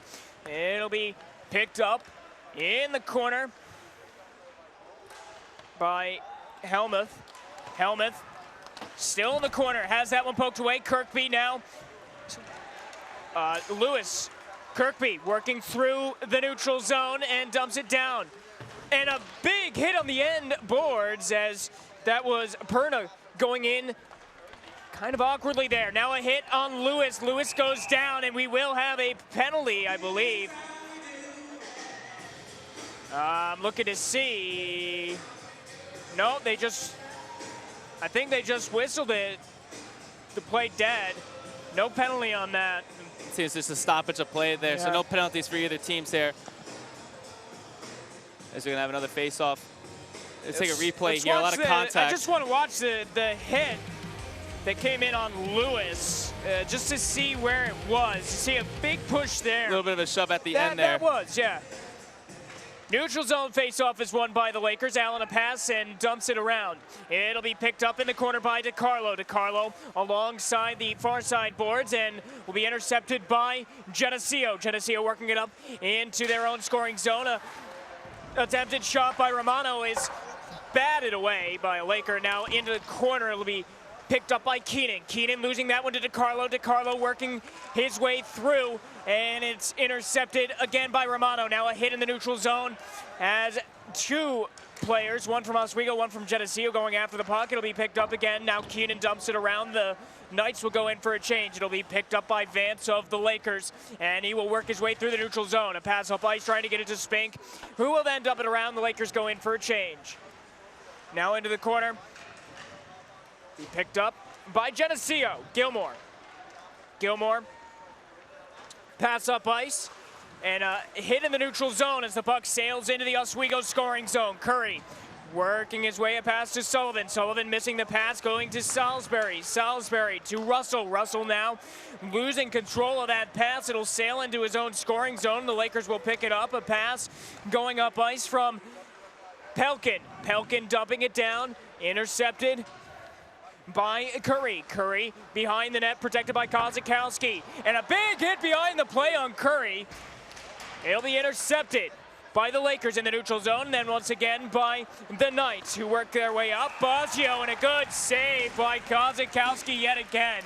13:57 left in the second period. Another great save by Kozakowski. And like I said before in the pregame, Oswego needs to be physical, but not to a point there where you draw penalties. And so far, I've liked what I've seen from Oswego. I think that their physicality has been working, trying to make your presence known. You don't want to get, like I said before, you want to maintain their speed. So the way to do that is keep the pressure on them. And I think they've done a good job of that so far. Defensive zone draws, won by the Knights. And Inanucci sending it around. Now into the corner, it'll be intercepted by the Lakers. That was Broman who intercepted it momentarily, and now Baggio will pick it up in the corner. Left it off, Salisbury on the point back. A shot that goes just wide. Now Broman picks it up. The Lakers trying to start on the attack. Getting the puck out of the defensive zone is a big key for them right now. And a pass to Broman. Broman working his way up, a pass. Losing that one, but he'll regain control of his own puck and then lose it again. Salisbury with it, fanned on the pass a little bit. Novik will pick it up. A pass up ice going to Gillespie alongside the half-boards. Gillespie working his way into the Lakers scoring zone. Broman again getting hit hard after the play. A shot that was blocked away by McKay. Now Novik again. Novik on the point. Works it back to Gillespie. Gillespie firing a pass through the slot. Going to Inanucci now in the far corner. Gilmore picks it up Cleghorn rather, picking it up for the Knights, sent down into the Geneseo offensive zone. And it'll be sent into the Oswego scoring zone momentarily, and then into the neutral zone again, where Broman will pick it up. Call behind the play upcoming against Geneseo. It'll be batted away by McKay, and it'll be touched up for the high sticking call on the night. So Oswego will see their third power play opportunity on the night. They are 0 for 3, Mike. Yeah, again, another opportunity for the Lakers here.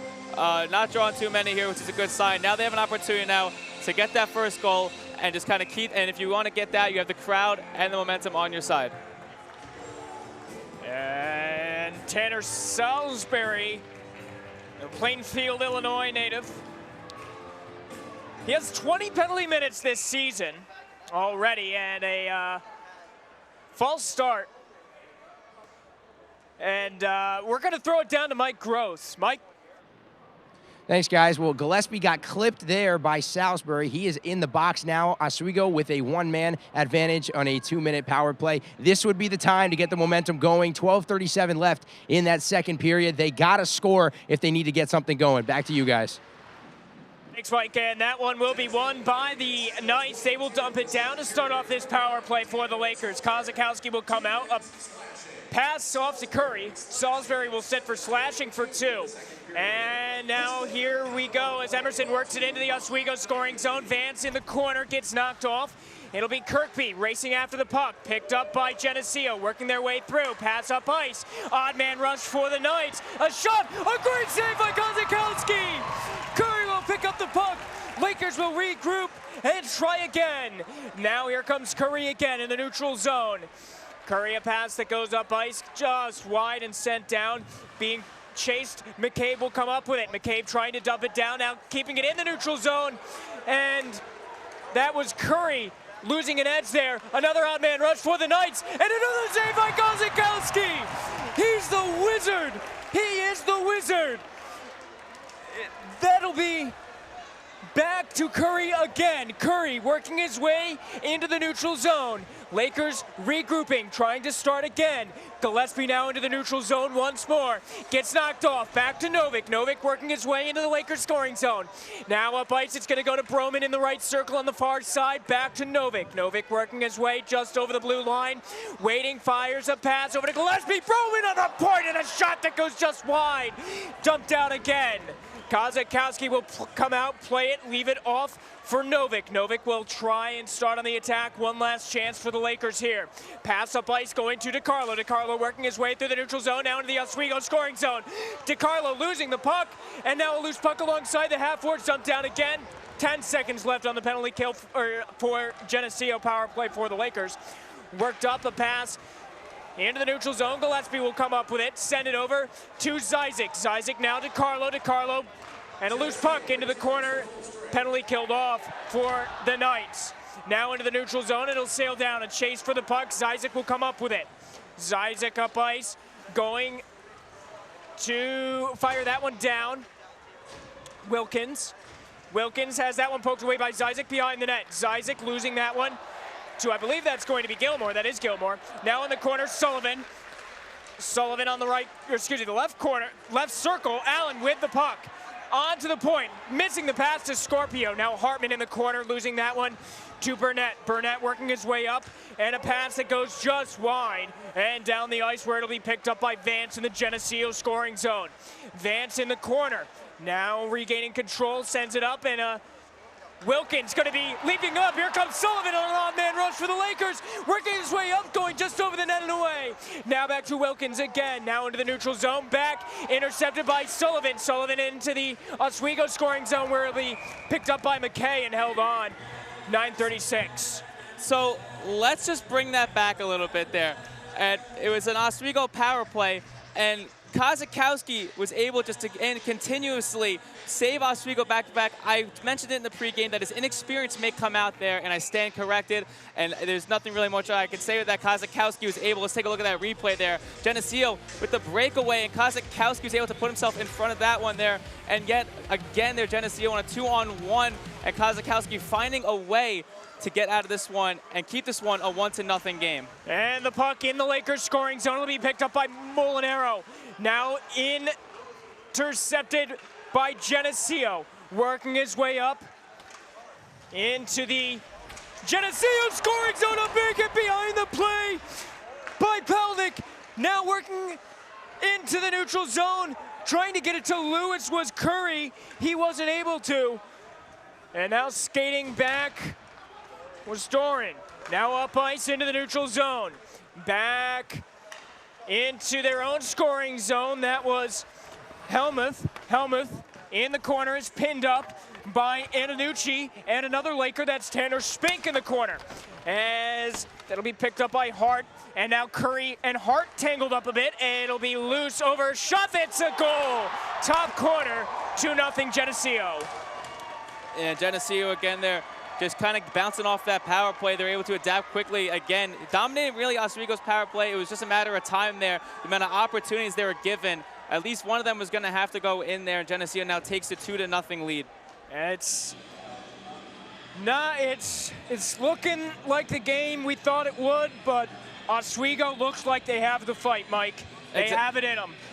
They definitely are showing a fight now, and this goal may be taking them down a notch there, but now they have to keep playing aggressive just as they have again before. And Kozakowski again just has to keep, he's proven himself that he could be a big-time goalie again, but Oswego now has to put one on the board right now if they want to continue. Into the neutrals, or into the Oswego scoring zone. Broman on the backhand. Chance goes just wide now into the corner. Vance will pick it up on the point. Vance firing the shot through traffic, goes wide. Now Zizek on the right corner. Or on the right circle, rather. Now working his way through traffic. Zizek still with a puck. A pass to Gillespie that goes just wide behind the net. Still in the Oswego scoring zone. Geneseo desperately trying to get it into the neutral zone, and they will. Now working their way into the neutral zone. Brink. Brink with the puck. And is offside. 7:55 left in the first period. Yeah, Gillespie had a really good opportunity there. Just went behind again. Oswego really needs to be able to kind of pressure again and get a quick one on the board again. We have another replay here. Oswego just after the Geneseo goal, getting through the defense there, and Gillespie with a good look. It just hits the back of the net there. Not enough. Still 2-0. That one's sent down. Vance will pick it up. Vance has that one poked away in the corner. Vance still trying to work with it. Loses it to Romano in front of the net, and a shot and a save. The rebound going just over the net, and not able to come up with it. Wilkins now with the puck alongside the corner. Lakers need to get it out. And the pass to Emerson. Emerson now up ice to Sullivan. Sullivan working through traffic into the neutral zone. A 2-on-2 opportunity here for the Lakers. Sullivan is knocked off in the corner. Now a big scrum along the end boards there for the puck. It'll be poked away by Scorpio. Scorpio will come up with the puck. Still in the Oswego scoring zone. It's knocked off. Will be in the corner. Keenan. Keenan up ice to Romano. Dumped up. It'll be intercepted by Antonucci in the neutral zone. Novik now skating through the neutral zone into the Oswego scoring zone. A pass going awry and is whistled offside here with 7 minutes left in the second period. A 2-0 Geneseo lead. Yeah, again, Kozakowski again being tested a lot of times now, and Oswego has to be able to win these faceoffs and getting more shots. We saw in the first period they were dominating a time of possession, which really, again, although you didn't get any goals from it, you limited Geneseo's time of possession and limiting the opportunities they've had now. They have to continue again now to come back and try to dominate the time of possession as much as you can to limit Geneseo, because they can get at you at any way. Now it'll sail down ice. It'll be a stalemate in the corner, picked up by the Lakers. Lewis will get a pass up ice to Molinaro. Molinaro now to LeBlanc. LeBlanc working through over the right circle. Skates back. Needs to get an open Laker to pass to. He finds Molinaro in front of the net and a loose puck. It's quickly covered up by McKay. And now a bit of extracurricular activities going on there. Yeah, 6:33 left. Another close call for the Lakers. Getting the puck out in front there. Right in front of McVeigh. A lot of contact is going to happen from there. Another close call for the Lakers. And with 6:33 left here in the second period, let's take a look at the replay of that last attack for Oswego. You can see Molinaro wrapping around there, and McKay just covering it with his blocker and then getting the glove over it. So we'll have a draw to the left of him. In the Lakers scoring zone still, Zizek try to pick it up. It'll be in the corner, and a big hit delivered after the fact. Allen will pick it up on the point. Allen dumps it wide, and now onto the far side. It'll be picked up by Geneseo as Russell skates his way up. And Vance up to Zizek. Zizek now working his way to Broman. Broman trying to dangle around, wasn't able to, as Salisbury was there to intercept that. Here's Allen. Allen, a firing shot from Vance, couldn't get it all on, and he will sail into the corner.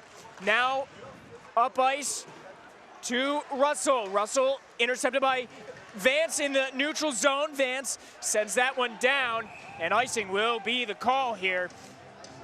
And yet another missed opportunity for the Lakers there. Allen had it in front and just couldn't get all of it. Didn't get everything he wanted on that one, which really took away a good chance for the Lakers there to get one in front of McVeigh through traffic. 5:47 left in the second period. We'll have a draw to the right of McKay. McKay this season, a .912 save percentage, .204 goal against average. He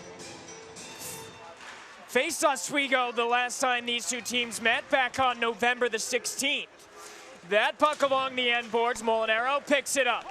Now LeBlanc in front of the net fires the shot, and it's a great save by McKay that sails into the corner. Molinaro trying to get the shot again, and now it's picked up by Cleghorn. Cleghorn with the puck, whiffs on the pass a little bit, and it'll stay in the Lakers scoring zone. Picked up by LeBlanc, and now a scrum for the puck along in open ice. It'll be taken out by Bennett. Bennett working his way with a pass up ice, and now a shot going just wide over the glove of Kozakowski. Into the neutral zone. Wilkins will pick it up now. A pass that goes up ice. Kozakowski will bat it away with the stick. It'll be picked up by Pelnick now. Pelnick skating through the neutral zone now into the Oswego scoring zone going down. Wilkins will pick it up. LeBlanc now back to Hartman. Hartman has that one poked away by Kirkby. Kirkby couldn't get all of it on the clear attempt, rather. And now into the corner. It'll be picked up by Bozio.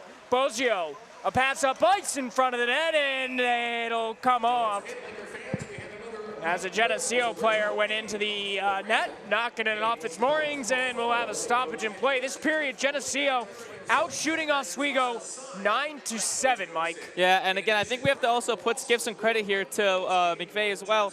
I think he's had a good, Oswego's had a lot of opportunities so far in front. LeBlanc got the last chance there, and Geneseo being able to kind of get out of that again, so still 2-0.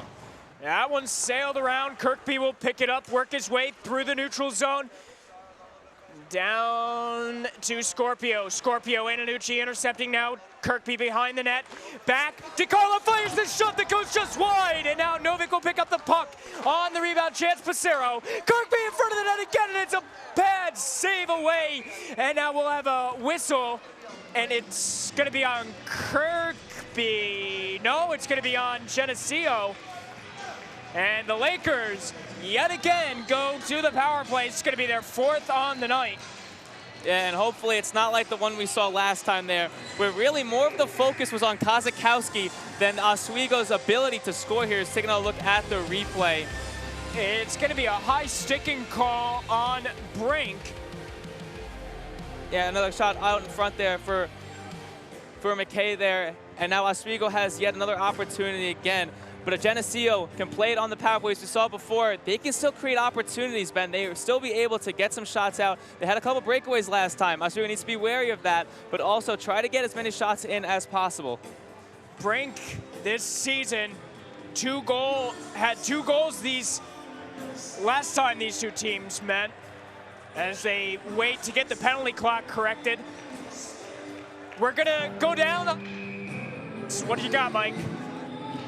Thanks, guys. Well, another power play here for the Lakers, but here is the difficulty. Geneseo likes to break like they're doing right now on the power play. They play a lot of offense instead of defense on the power play, and that's an issue the Lakers have to fix.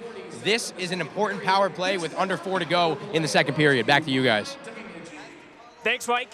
Lakers, Zyzik over to DiCarlo. DiCarlo waiting. Cycles it to Novik. Novik fires the shot that's blocked away, and now he will regain his own rebound. Novik on the point, passing it off to Gillespie. Gillespie over the right circle, waiting. Goes to Broman, a shot that's blockered away by McKay into the corner. It'll be popped up, and Novik will keep it in. Now to Gillespie. Gillespie firing the pass that's batted up and out of play. 1:10 left on the power play for the Lakers. Still plenty of time for the Lakers to try to get something going here, but Geneseo doing a great job putting their bodies on here, breaking up plays there for Oswego. And the tape-to-tape passes, Mike, they're just not there right now. Exactly, they're not getting as many passes they want. They're not clean passes as of right now. So Lakers really need to play more efficiently. I know the frustration level has to be up there because of how many opportunities that they've had. But again, still only a 2-0 game. 1 goal and you're right back into this one. Gillespie trying to get that 1 goal, and it'll be dumped down. Novick will keep it in. A good block there. 1 minute left on the power play for the Lakers. Skating back, Novick again. Novick working his way in the neutral zone. A pass to DeCarlo. DeCarlo working his way, dumps it around. It'll be over Gillespie chasing after it. He's able to block the pass that goes away, but now that clearing attempt will go down to Kozakowski. Kozakowski comes out to play it, dumps it around to Novick. Novick sends it over to Vance. Vance working his way through the neutral zone with a pass to Pissarro. Now Emerson. Emerson trying to get it to Pissarro again. That one will go up into the bench, out of play, and we'll have a whistle. 2:41 left here in the second period. 28 seconds on the power play for the Lakers. Yeah, and Geneseo now doing a good job trying to waste this time here, waste the power play as much as possible. Oswego really not being able to take advantage of these as much now, especially late in the second period. You really do, if you want to come into the third period competing, you need to try to at least get one here and try to cut this deficit right in half. And we're going to have a draw still in the Lakers scoring zone. That was the first time that puck had left the Lakers scoring zone on this power play opportunity. Bouncing puck, that'll go to Gillespie. Now in the corner, Kirkby. Kirkby tied up alongside the end boards and gets it away to Pissarro. Pissarro working his way with a pass onto the point. Curry. Curry waits, goes back to Pissarro. Pissarro on the point. 5 seconds left. Vance fires the shot, scores! Carson Vance! It's a 2-1 game! 4 seconds left of the power play, and a power play goal for Carson Vance keeps the Lakers in this one. And as time was winding down on that power play, Carson Vance had a great look and was able to knock that in the back of the net to cut this deficit in half. 4th goal of the season for the Lakers. We're going to get a replay on that one there. Time ticking down there for the Lakers, and Vance just a clean look, trying to get through, scrambling here for the Lakers. And with 2:17 left, Mike, the Lakers are right back in this one. As that faceoff will be won yet again by the Lakers. Allen. Doran intercepts in the neutral zone. Pass in the neutral zone, going up ice. Into the Geneseo scoring zone. It'll be picked up by Gillespie. Gillespie pinned up alongside the quarter boards. And now it'll be Doran again. Doran fires the shot, blockered away by the Wizard, Kozakowski. And now dumped up ice. Here we go, Gillespie into the Lakers scoring zone. Couldn't get all of it on the shot, and so it'll go just wide. Picked up by the Knights. Worked up an odd man rush here. That's going to be intercepted by Vance with a little help from the ref. And now up ice it'll go. Now up again into the Geneseo scoring zone, where it'll be Allen intercepting. And now it'll be Broman back to Allen again. Allen works his way with a pass to Vance. Up ice, dumped away. Broman will go in for a change. LeBlanc in the corner. Stalemate along the end boards. It'll be Keenan that picks it up. Keenan knocked off hard with a big hit by Lewis. He got hit by a Mack truck, but it's going to be a penalty, and I'm not sure for what, but Lewis is going to sit for 2. Yeah, and Ed Gosick is not happy one bit with that call. Yeah, it's just Oswego is trying to end this period on a good note. We're going to get another play of that one. Let's watch this hit, and contact to the head is the only thing that I could think of. Yeah, that late is hit the there. only thing I can think of. But again, to warrant a penalty. With time winding down in the second, you really wanted to end this on a good note there with that goal by Carson Vance. Now you're going to be fighting from behind to begin the third period there with just about a minute to go. You have to be able to kind of fend them off here for now and kind of keep this a 1-goal game, because you've been fighting this whole game to get that 1 goal. If you're able just to kind of let Geneseo bring that back. Look at Ed Gosick on the end of the Oswego bench yelling at the refs. He's not happy one bit. He is, and a possible game misconduct with this call. I can't see for what. And Ed Gosick is infuriated, as he should be, as he has yet to get an explanation from the refs. It looks like just a minor penalty for now. But Ed Gosick standing on the end of the Oswego bench, and no, it is going to be a misconduct on Lewis. And Mike, this is baffling. This is absolutely baffling right now. Ed Gosick still arguing with the ref there, still doesn't know what's going on. No, absolutely not. Doesn't know what's going on. And now they're going to have to roll with the punches here, and they're going to have to start here with a power play. And that's going to be a misconduct on Lewis, so this puts the Lakers in a deeper hole. Gosick is not happy one bit, and he's looking for an explanation right now. And I have, in my 3 games that I've called for these Oswego Lakers this season, I have not seen Ed Gosick this infuriated before. No, he's usually, rolls with the punches here, but again, when he doesn't like a call, he's gonna tell you about it. And so now you have to fight back even longer now. Instead of 2, it's going to be 5. So, Carson Vance, these last few games, you saw he just had that goal. He's really stepped up for these Lakers. Yeah, absolutely. I mean, being able to break that momentum there for Geneseo is big, and Carson Vance has been a big key to that. And let's hear what this is for. It's contact to the head is going to be the call, and a game misconduct. And the crowd's certainly not liking that one. I don't blame them. I understand where they're coming from with the contact to the head, but in that hit, I did not see it. Down in the neutral zone, it's going to be Doran into the Oswego scoring zone. We'll pick up the puck with 25 seconds, now 20 on the clock here in the second period of play. Romano losing that one, and the Lakers will dump it down again. And it's a long penalty kill for the Lakers, Mike. And into the corner we go. It'll be Perna picking it up, and a pass up ice to Romano. Romano into the Geneseo scoring zone, has it poked away now in front of the net. A great save by Kozakowski in the corner. That'll end the period. 2-1, Geneseo leads. So, man advantage going into the next period for Geneseo, Mike.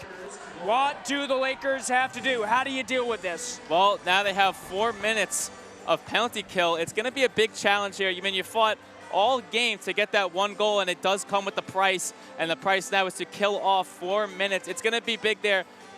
And really now you have to rely on Kozakowski to keep this up. We've seen a lot of times where they've slipped up and Geneseo's had the upper hand, a couple breakaways, some 2-on-1s, and now it's going to be carrying over. They're going to have, this is when Kozakowski needs to show up again. He's been doing it all game, but now they're going to be asking him yet another bigger task. And can Kozakowski keep this up?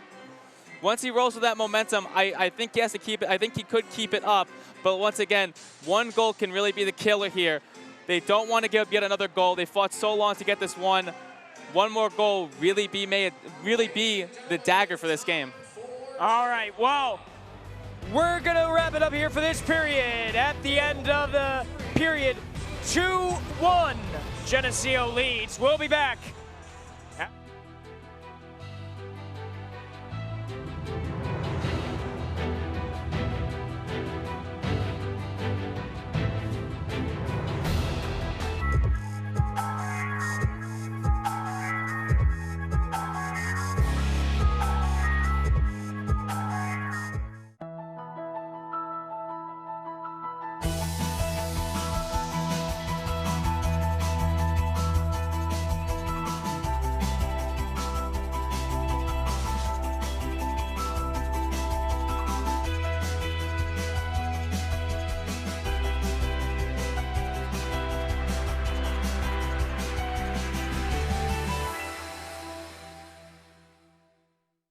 Once there was a boy who did the same thing again and again.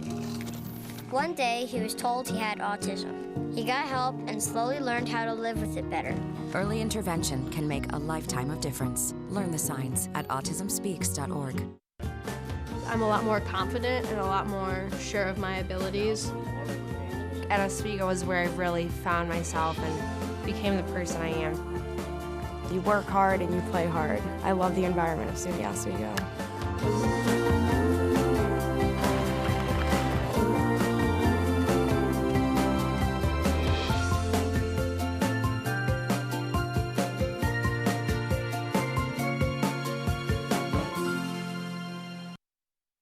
Everybody can make something, because I think everyone has a spark of creativity, and the reason that I have to keep making is because I don't think my life would be as fulfilling without it.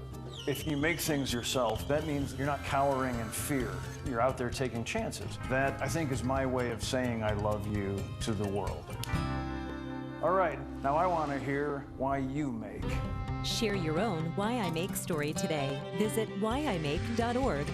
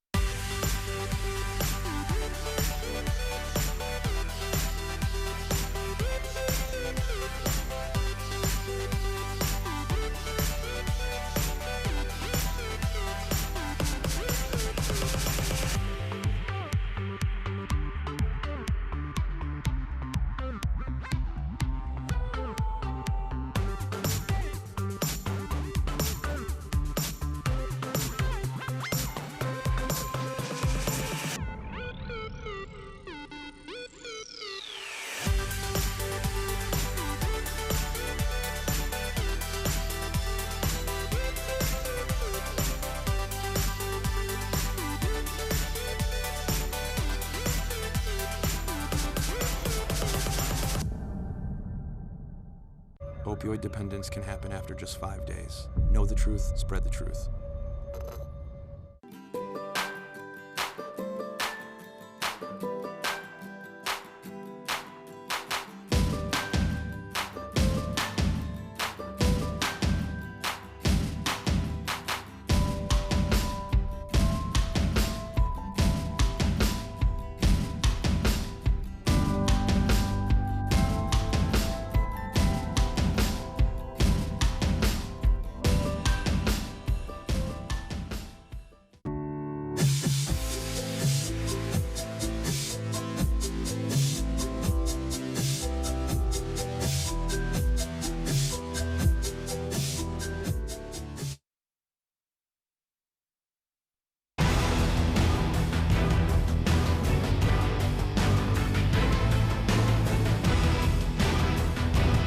And welcome back to Hockey Night in Oswego. You're watching the second intermission report right here on WTOP 10. Once again, Nick Ketter and Zach Case. I'm Brian Rudman. Both teams getting on the scoreboard in that period as the Ice Knights lead the Lakers 2-1. We're going to take a look at the period summary. What do you guys think about that period? Well, Geneseo kind of got off to a good start, but the Lakers were able to rebound there at the end with the goal from Vance. The Lakers do lead this one in shots, 23-17. Power play efficiency still the same as it was. Face-offs in favor of the Knights, but they were able to get that goal. Lots of penalties in the second period. Yeah, now let's move to those two goals that got scored in that period. It was Geneseo first and then Oswego bringing the deficit back to 1. What do you guys see on those two plays? Well, Cam Russell with a nice shot from the point puts Geneseo on the board 2-0. And that's the goal. It goes top shelf right over the glass. So he gets a goal in the beginning. And then Carson Vance here right on the power play on the left side. He goes up and over McKay for a power play goal on their 4th power play of the game. So that's good. The fact that Carson Vance, you get that momentum on the power play actually going for once during this game. And now we're going to send it down to our ringside reporter, Mike Gross, to get what he thought about that second period. Mike. Thanks, guys. An incredible second period from both sides. And starting with the goaltender battle, Stephen Kozakowski and Aaron McKay have been outstanding. One lapse of judgment from either side, led in a goal each. But the big question here is Oswego with 4 minutes on the penalty kill. Will they be able to kill it? The Lakers have one power play goal. Geneseo does not. It's 4 minutes now with the game misconduct. They lost Mac Lewis. So can they kill that big giant penalty in their way? Well, that's going to set the tone for the third period and the rest of the game. Thank you, guys. Back to you. Thank you, Mike. Great stuff as always. Now, looking at how this game has been played, coming in, we knew it was going to be a physical game, but right now, is that helping or hurting the Oswego State Lakers? You know, I think it's helping them. In this case, it's keeping them on the power play every once in a while. It's giving them that opportunity to score, and the Lakers definitely needed that. They got that goal from Vance on the power play. And in terms of the Geneseo Knights, yeah, it may get them in the box. It might hurt the Lakers going forward, but I think as for now, the Lakers are going to want to keep pressing that game, and you can be smart when you're physical, and that's what the Lakers need to do going forward. One thing I noticed right away at the start of the second period was they were looking at that physicality, but they didn't get any shot opportunities from that. You talked about, Nick, how they did get power play opportunities, but if you're not getting shot opportunities 5-on-5, then is it really helping you? Of course, then later on, towards the end, Mac Lewis with a contact ahead misconduct. That's a tough one to take, especially getting ejected, similar to back in November 16th when Geneseo played. But the new add to this next semester, he's definitely going to be missed, but moving forward, they're going to have to kill off this penalty here in the third period. All right, well, we're going to have to take a quick break, but don't go anywhere. When we come back, we'll have more second period analysis, excuse me. You're watching Hockey Night in Oswego right here on WTOP 10.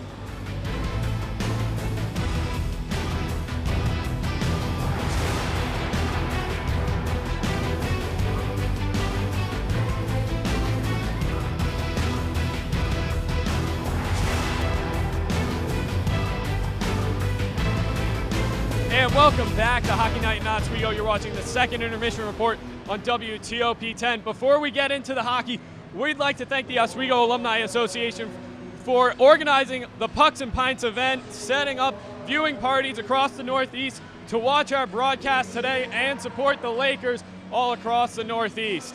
Now, we're going to get into this second period.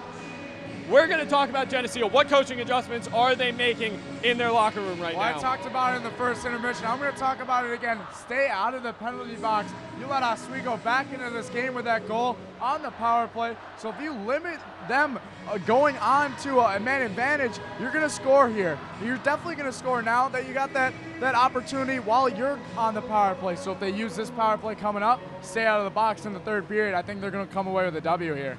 Now, Nick, what do you think Ed Gosick is changing in his locker room right now? Well, one thing I noticed in the second period is the Lakers like to rely on dumping the puck into the zone and into the neutral zone on changes. So I'm thinking you're going to want to change to carry the puck into the zone, try to possess it a little more. The Geneseo Knights are very fast, and it's creating a lot of turnovers with just dumping the puck in, and that's taking away the possession from the Lakers. So you're going to want to have somebody carry the puck and try to get something set up in the zone. Now, looking into this third period, is this game over, or does that goal really propel the Lakers back towards a tie and potentially winning this game? I don't think it's over until you kill off this power play coming up. If they come out of the gate, Geneseo gets a quick one, maybe it is over. You're looking at a 4-1 hockey game. But if you kill off this 4 minutes left in the third, then you go to work on Geneseo, I think it's going to be a good hockey game in the last 20 minutes here. Yeah, I don't think it's over either. I think the Lakers, if they do kill off that penalty, that's going to really dictate what happens in the game going forward. Now, with this 4-minute penalty kill that the Lakers have to kill off, what do they need to do in order to keep this game close, and then once they get past that, to go out and tie this game up? Well, you have to protect Steven Kozakowski. He's been keeping you in this game the whole time. You have to have guys back. You cannot get beat in an odd man situation and just leave it on his shoulders. He can only keep you in it for so long.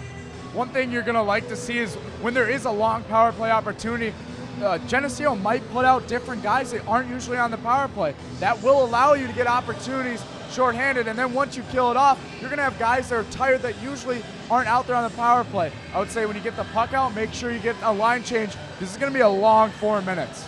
Now, you talked about Kozakowski when it comes to killing off that penalty. This has been his biggest test in his collegiate career so far. How has he done? I think he's doing fantastic. I mean, the goals that he has led up, he was one-on-one with a player in an odd man rush situation. His defense really has to do a better job of helping him out. Other than that, he's made key saves, and he's been very composed in a game that has had a lot of physicality, guys crashing into his net. It has not phased him. 10 saves in the second period from Kazakowski. He did really well. We talked about that Macmillan goal. That's a fluke one. He's been playing really well in front, and when guys haven't been there for him, he's picked it up the slack on the descent. He's really given Oswego a chance here in the third period. All right, definitely something to keep an eye on. Now, what's Ed Gostik's final message to the team coming out of the locker room? I think if you're Coach Ed Gostik, you want to say, like, this is a huge game, guys, and remember, you are still in this game. It's a lot closer than the November game, which I'm sure they want to forget about. Go out here, kill off this penalty, and get a goal and change the way this game is going. Now, quickly before we go to break, are you still sticking with your predictions? Yeah, why not? I think. Hey, I'm on pace, so I'm good. I'm good with that one. Yeah, I'd have to say right now, Geneseo up one, I'd have to stick with mine as well. That's all the time for the second intermission report. We're going to go to break. On the other side, it'll be Ben Kinney and Mike Morano to close out this game in the third period. We'll see you in the postgame show.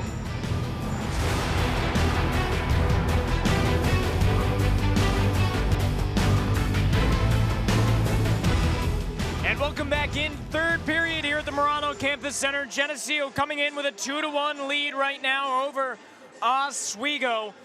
Mike, Oswego's in a really rough place right now.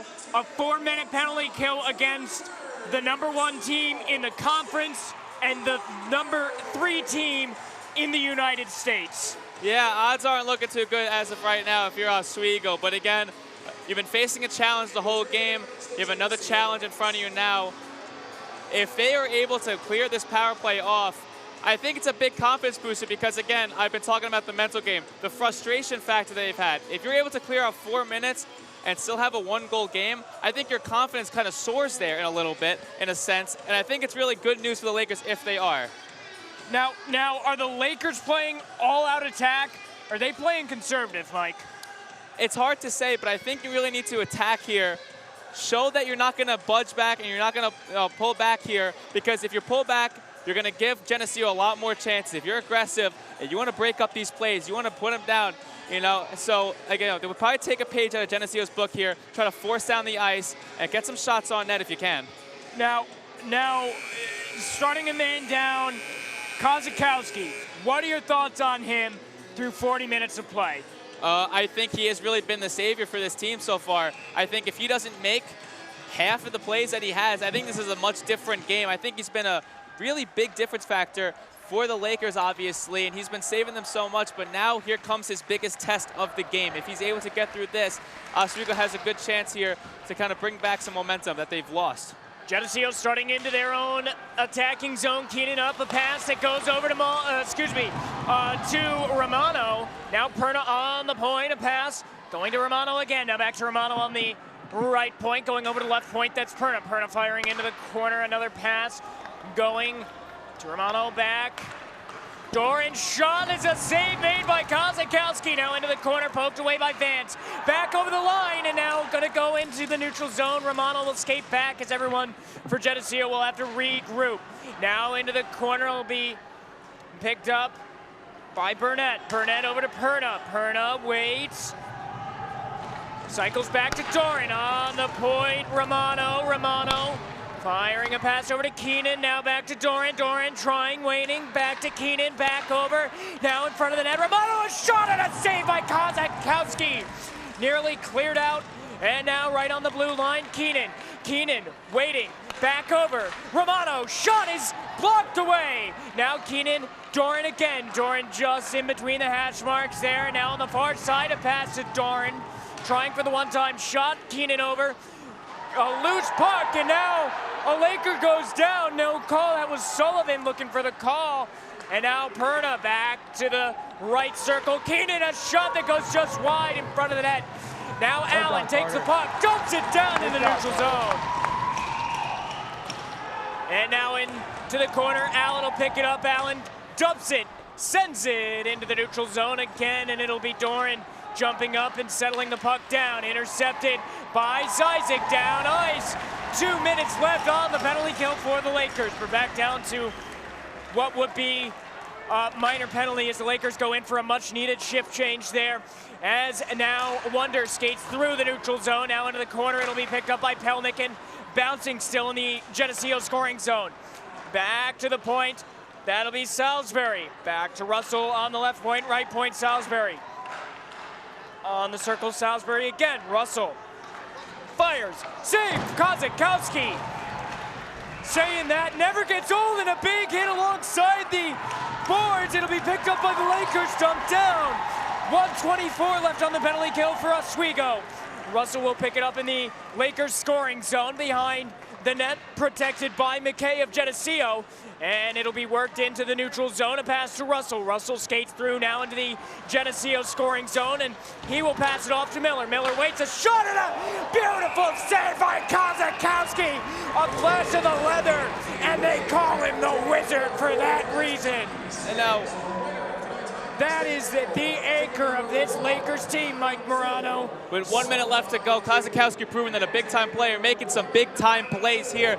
Still a minute left to go. Oswego needs to keep up this pressure. With just a minute left to go, they need to be able to kind of clear this out and crush any opportunity for Geneseo to score in this power play. That one will be dumped down, and with 57 seconds left now, 55 seconds on the penalty kill for the Lakers. It'll be worked into the neutral zone. Doran waiting, fires it back. Perna back in his own defensive zone, will wait. Skate forward into the neutral zone. Now a pass back, going to Doran again, now to Keenan through the neutral zone. On the right point, losing that one as up ice. Keenan, a shot and a save by Kozakowski again. What a save. Kozakowski again keeping this one to a 1-goal game. 30 seconds left in this one for a power play that kind of seems like a lifetime for the Lakers. 6 straight saves here for the Wizard here as we get another shot. Look here, right in front. He's able to swallow that one up and eliminate again yet another opportunity. The Wizard of Koz putting on a great show again. Perna will pick up that puck alongside the blue line. He will wait. Back to Perna on the blue line, now left point. Perna, pass goes to Romano. Romano over the left circle, waits along the hash marks. That one redirected in front of the net. It'll go to Doran on the corner. 10 seconds left on the penalty kill. Perna not able to control that puck, and now right along the blue line will send that over to the hash marks on the left circle, where it'll be picked up by Romano. Penalty come off by the Lakers. Now into the neutral zone. That one goes wide around. It'll be picked up by Oswego. And a pass up ice to Spink. Spink working its way through into the Oswego scoring zone. Oswego will start on their first attack chance of the period. Firing that one was Curry. That'll be blocked away by McKay up into the net. Let's go down to Mike Gross. Mike. Thanks, guys. This quite possibly could have been the biggest penalty kill of the season for the Lakers. That's 6 straight saves for Steven Kozakowski in net during that 5-minute penalty kill. Coming out from the third period, that is the momentum you need. Hopefully it can shift over. If not, Geneseo still has a lot of work to do. Back to you guys. And into the neutral zone, and now a whistle off. No, really? So we're going to go to the penalty kill again. Yeah, Molinar not happy about that one as he goes into the box. Everybody's looking for an explanation.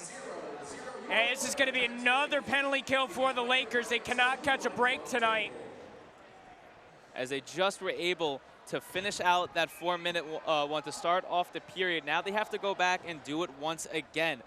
Yet another time that we're disciplined needs to have a big play into this one for the Lakers. And the Lakers need to fight yet another uphill battle.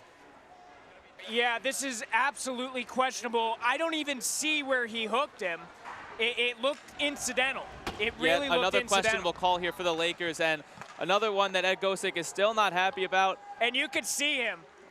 Still visibly upset about that one. He is absolutely upset. And now ahead of the neutral zone, going on call against the Lakers. Michael Gillespie on the bench, slamming his stick, and a save by Kozakowski.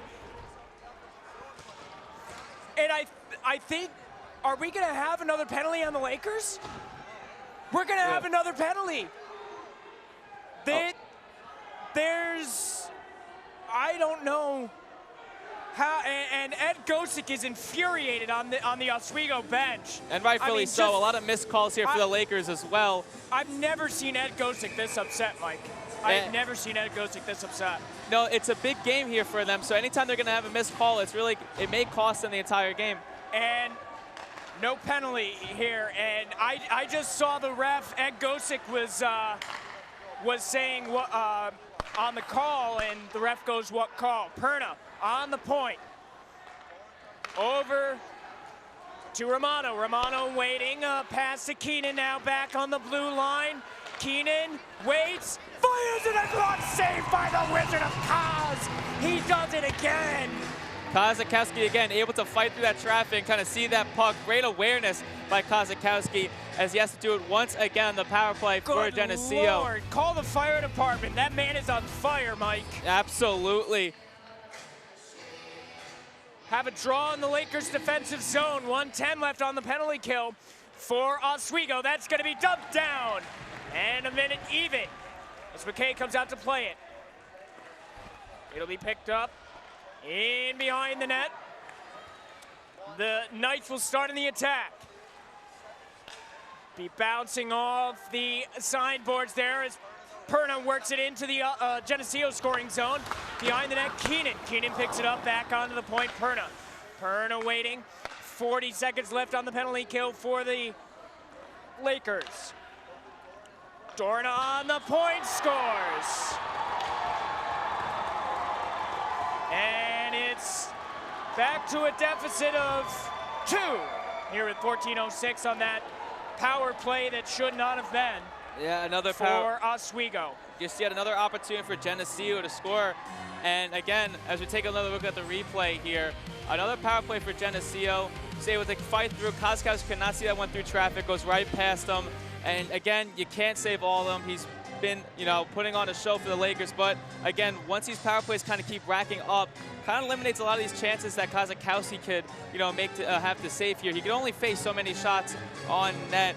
And now 3-1, the Lakers, who have fought back this whole game to cut this deficit in half, have to do it all over again. But now with just 14 minutes left to go. I'm trying to figure out what they're picking up on the ice here. I hope it's not teeth. I don't think it is. I think it's ice chips. In the NHL, that would be more of the commonplace. Way more of a commonplace. Hopefully there is no teeth lying on this ice, Ben. Especially with face masks. Lakers will win that draw and start on the attack into the neutral zone. Up ice, over the right circle. And it'll be picked up by Vance. Vance working his way back. A pass to Allen. Allen up ice, going over. McKay will come out, play it, send it around now. Be Vance chasing after it.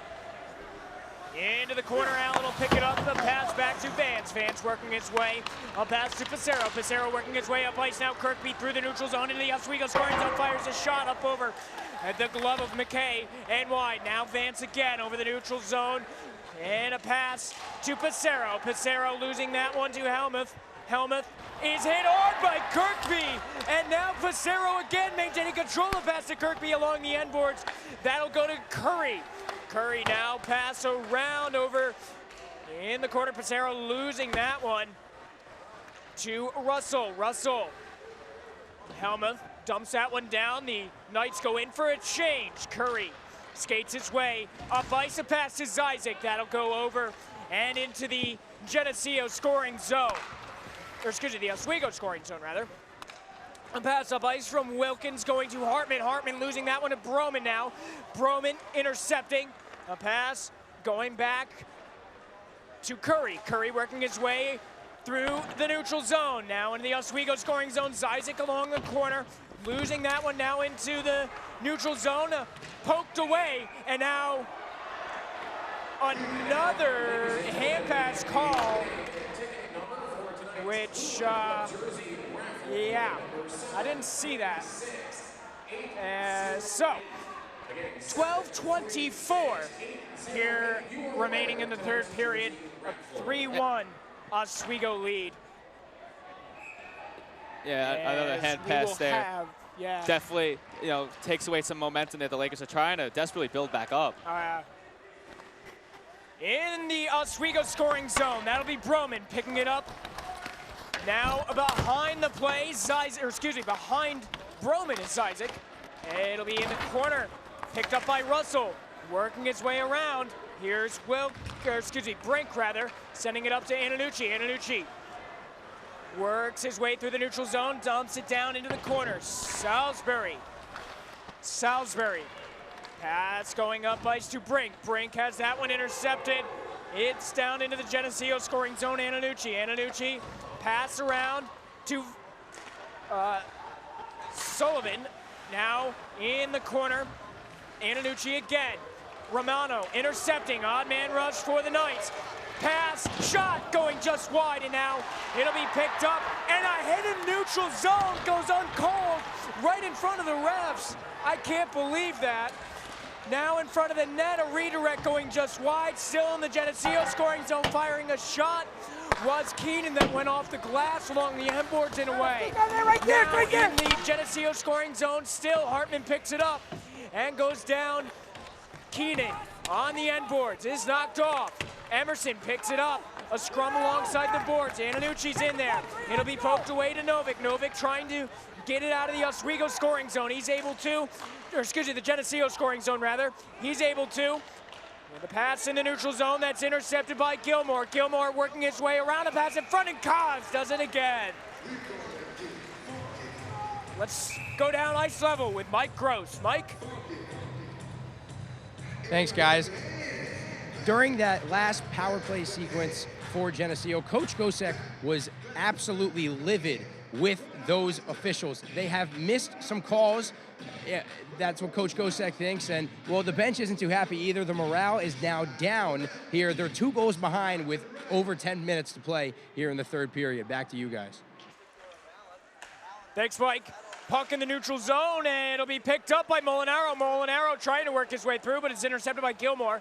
Gilmore works his way over the pedal wheel at center ice.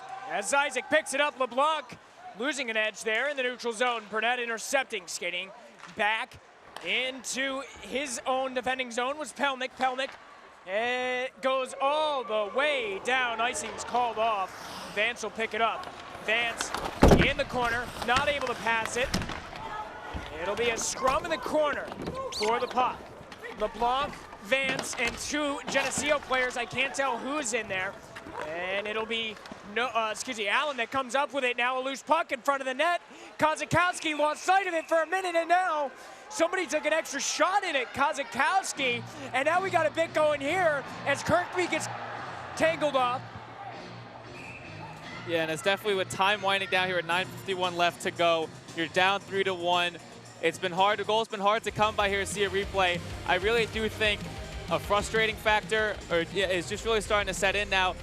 They have to be careful as they can't take it out on the other plays, because then a snowball effect happens like it did at the end of the first period where penalties were kind of racking up there, and we've seen that penalties have been the Achilles heel for the Lakers so far. So with time winding down, they have to keep their momentum. They have to keep their cool here and just kind of not let that affect them in this game. Vance will pick the puck up, send it around. It'll be loose. Vance picks it up again. A pass up ice goes to DeCarlo. DeCarlo working his way up to Pissarro. Pissarro to Spink. Spink back to Pissarro in the Oswego scoring zone now into the corner. Over the right wing circle on the far side, and the Knights will intercept. Knights bring it up ice. It's going to be into the neutral zone and out of play here with 9:26 left in the third period. 3-1, Geneseo leads. You know what? A closer game than I thought it would be, Mike. Yeah, I think so, especially I think Oswego, although they're down 3-1, I think they have improved a lot here. Matt Watland sat down with Coach Schultz here for Geneseo, and he basically talked about how this was something that the 9-1 was not something they were going to see. He said it happened once every couple times. It happens to every team, but he was expecting them to kind of fix their wrongs and have a competitive game, and I do think that Oswego had that today. Pelnick in the neutral zone, sending that off along the half wall to Zyzik. Zyzik works his way back into his own defending zone, and the Lakers will regroup along the half boards again. Zyzik into the Oswego scoring zone. Along the boards to Curry. Curry firing the shot from Pelnick off the pass. It is a save made. And now the Knights will start on the attack through the neutral zone. And now Curry picking it up. Curry working his way, a pass up ice to Gillespie, trying to get there, and Miller intercepting and dumps it down.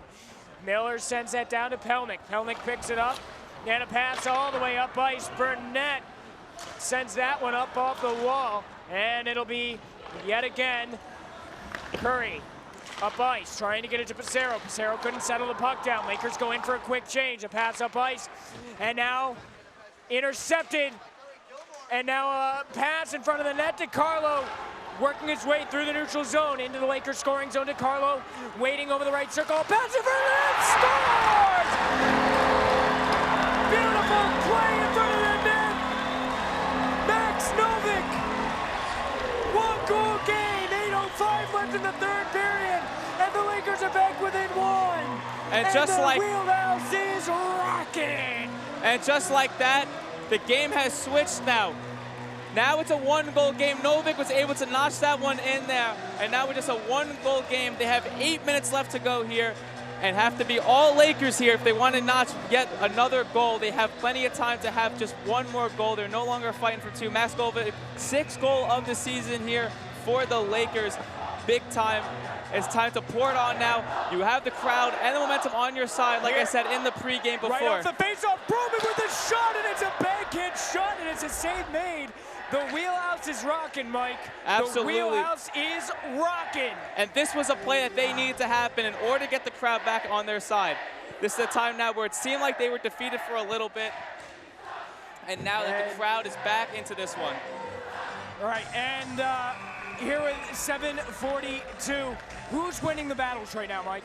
As of right now, Geneseo has been kind of winning the battles as much, gaining possession. Winning the faceoffs is big. If you have to take Oswego away from the faceoff wins because they do that so good, and now they've been taken away their faceoff victories now. It's the little things that mattered here. But now as the narrative has flipped for this game so far, they have to be able to kind of win those small battles, like I said, with the faceoffs, with the board battles, with time of possession. If they battle time of possession, doesn't matter if they get a couple goals for Geneseo, they're taking away time for the Lakers here.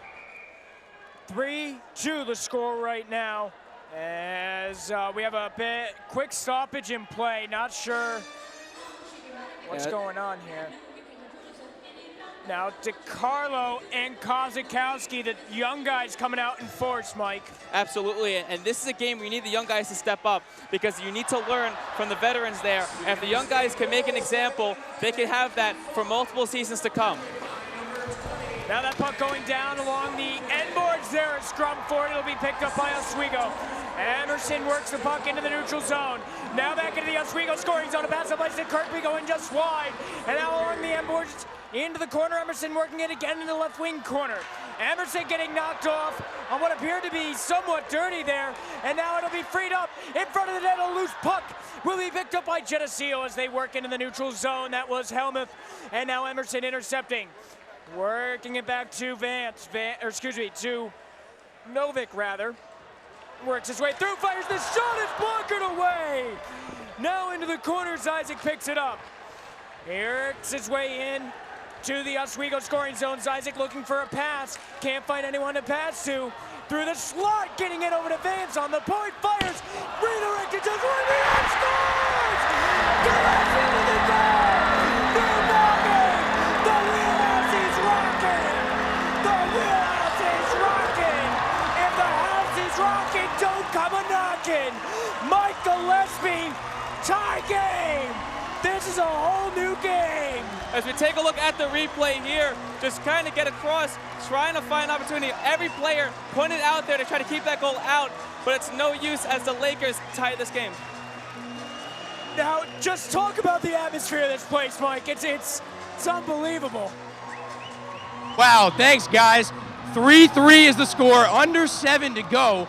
That one was a shot from Vance that went off the backboards, and Gillespie put it right in. That's 2 goals within the last 2 minutes, and it is a brand new hockey game. It's time to play for both sides. Back to you guys. That one will be sent down the ice. Held on there off the face-off. As Gillespie getting the goal on that one. That's going to be Gillespie's 6th goal on the season. And Ben, it's kind of hard to hear you right now. The wheelhouse, you said it before, is certainly rocking. The loudest we've heard them all night. They are back into this game. just about 4 minutes ago. This is a completely different story now. Body language is all back up. The bench now, as we saw, may have looked defeated before, but now they're back into this game. They're trying to do their best here to contribute as much as they can, and with a tie game, anything can happen here now, Ben. We're gonna have a whistle there. It looked like it was played off a high stick. We're gonna have a neutral zone face-off. 6:29 left in the third period. 3-3 game, Mike. Absolutely here. I am excited. Now, they have to keep their composure, Mike. They've got to keep their composure. Yeah, what they need to do now is just kind of be as disciplined as possible. Now, with time winding down, this is crunch time. You have to play near perfect hockey if you want to beat Geneseo, which means you have to be as disciplined as possible and take some time out because you gave them a lot of minutes before. You don't want to do that again, especially now with time winding down in this game. You fought so hard to come back. Gillespie working his way up, and it's dumped down. Sorry about that, Mike. Continue. It's okay, and like I said before, a lot going on, certainly. Trying to keep up this penalty time there. There's a crowd looking for a call there, but you're trying to fight so hard. You have to play near perfect hockey here, Ben. Pelnick fires that one down off a big hit the crowd was reacting to. Zizek behind the net, and now a loose puck.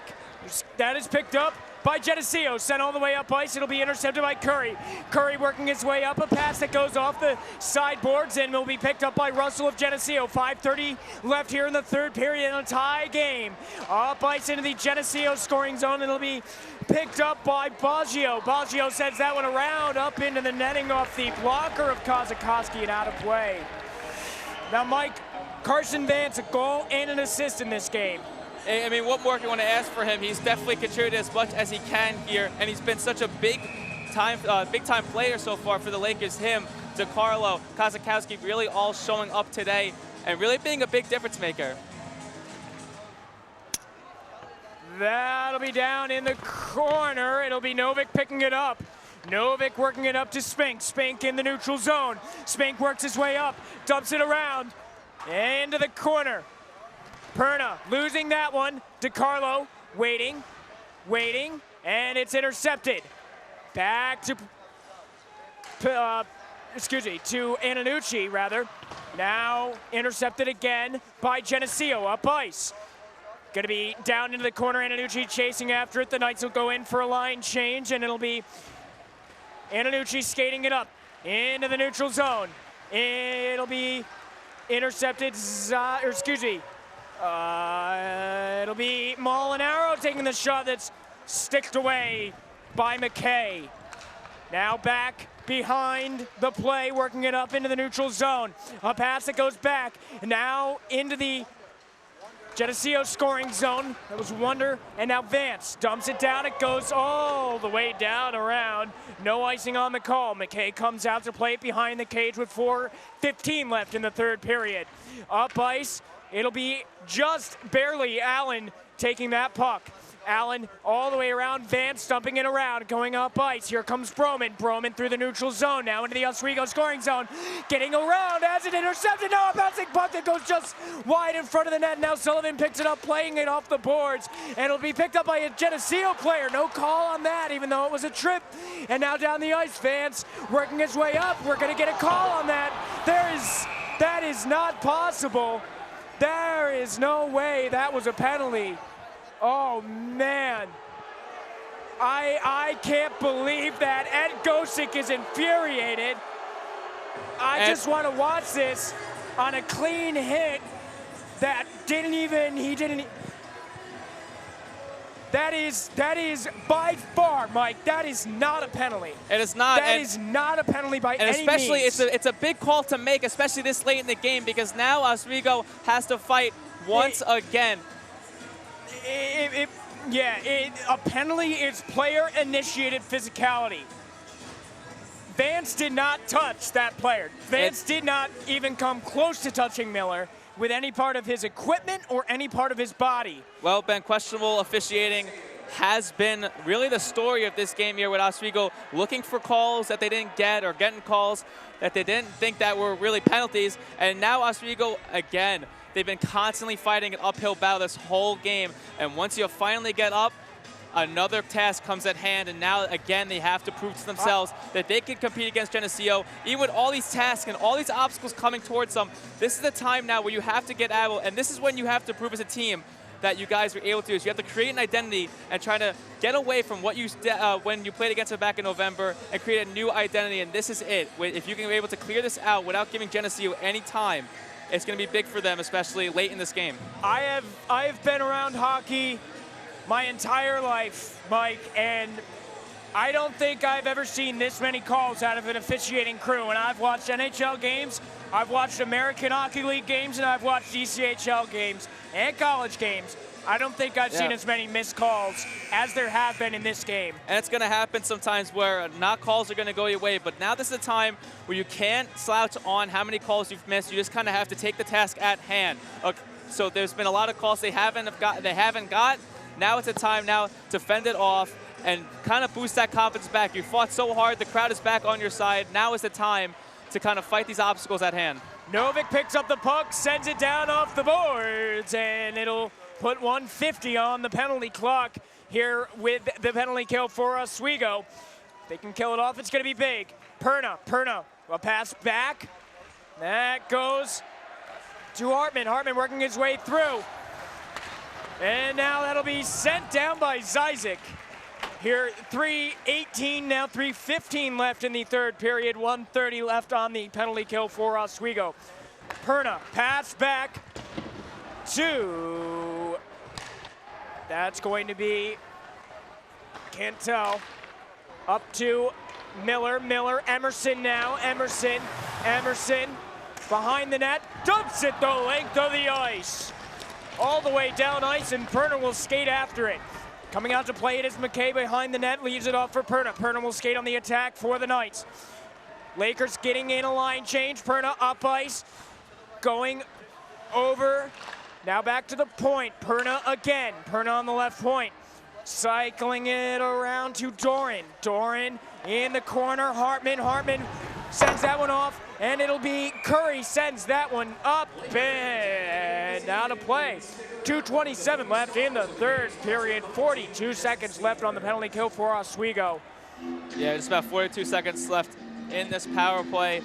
Geneseo really needs to figure out a way to kind of get through here and try to make this dagger goal happen, because right now you've been silent this whole time. Oswego's been really being able to take over so much late in this game. That'll be dumped down again by the Lakers. And with 30 seconds even on the power play, or penalty kill for Oswego, it'll be intercepted. Here comes Spink, working his way through the neutral zone, a short-handed chance for the Lakers. Now into the corner, it'll be picked up again as he's thrown to the ice and no call. Now into the corner, I can't believe that on an obvious interference call. It'll be a bouncing puck there in the neutral zone, be picked up by Spink. He'll play it off the glass, dump it down. 6 seconds left on the penalty kill for the Lakers. 3, 2, penalty killed for Oswego.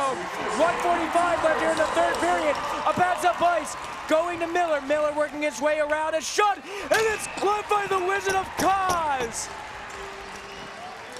The Wizard of Cause makes another magical move, and we remain tied. Let's take a look at this, Mike. Yeah, so with time winding down this power play, Oswego does a really good job of taking away this challenge here, as Kozakowski able to quick that one on his glove side, scoop it up, take it in, and just let the play get down now. Now you have the momentum back. You're at full strength. With 1:36 left to go here, this is the time now where you're able to, you don't have any obstacles in front of you. You can just play on even strength, and now hopefully this is the time now where they can push this ice down and force really maybe 1 or 2 really good chances left in this game. And now we're possibly, I don't know what is going on here, having a bit of a conference in front of the scorer's table. There was a late hit. It looked like Miller, I think he was playing it up a little bit. And we'll cover everything that happened here. Of course, Kozakowski's full performance during the post-game show. The guys up in the perch, Brian, Nick, and Zach. 1:36 left here in the third period. Still tied. And, still discussing something. Nothing is... elongated conference in front of the scorer's table. I can't tell over what. Maybe the late hit towards the end there. I don't think no penalties. No penalties. And that is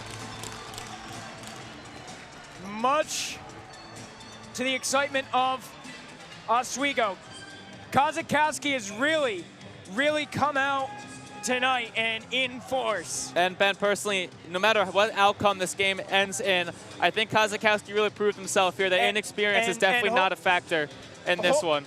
And I'm looking at the bench right now. Ed Gosick is getting an explanation over that meeting from the ref, and he is obviously not happy over anything that has gone on tonight from the officiating crew that is here. No, and once again, once you have a couple missed calls not go your way, and then a couple calls that you may think weren't penalties, it's going to start coming. You're going to take it out on the refs there. The frustration kind of builds there for Ed Gosick. You can only kind of take so much on the bench before you start kind of voicing your opinion on the matter.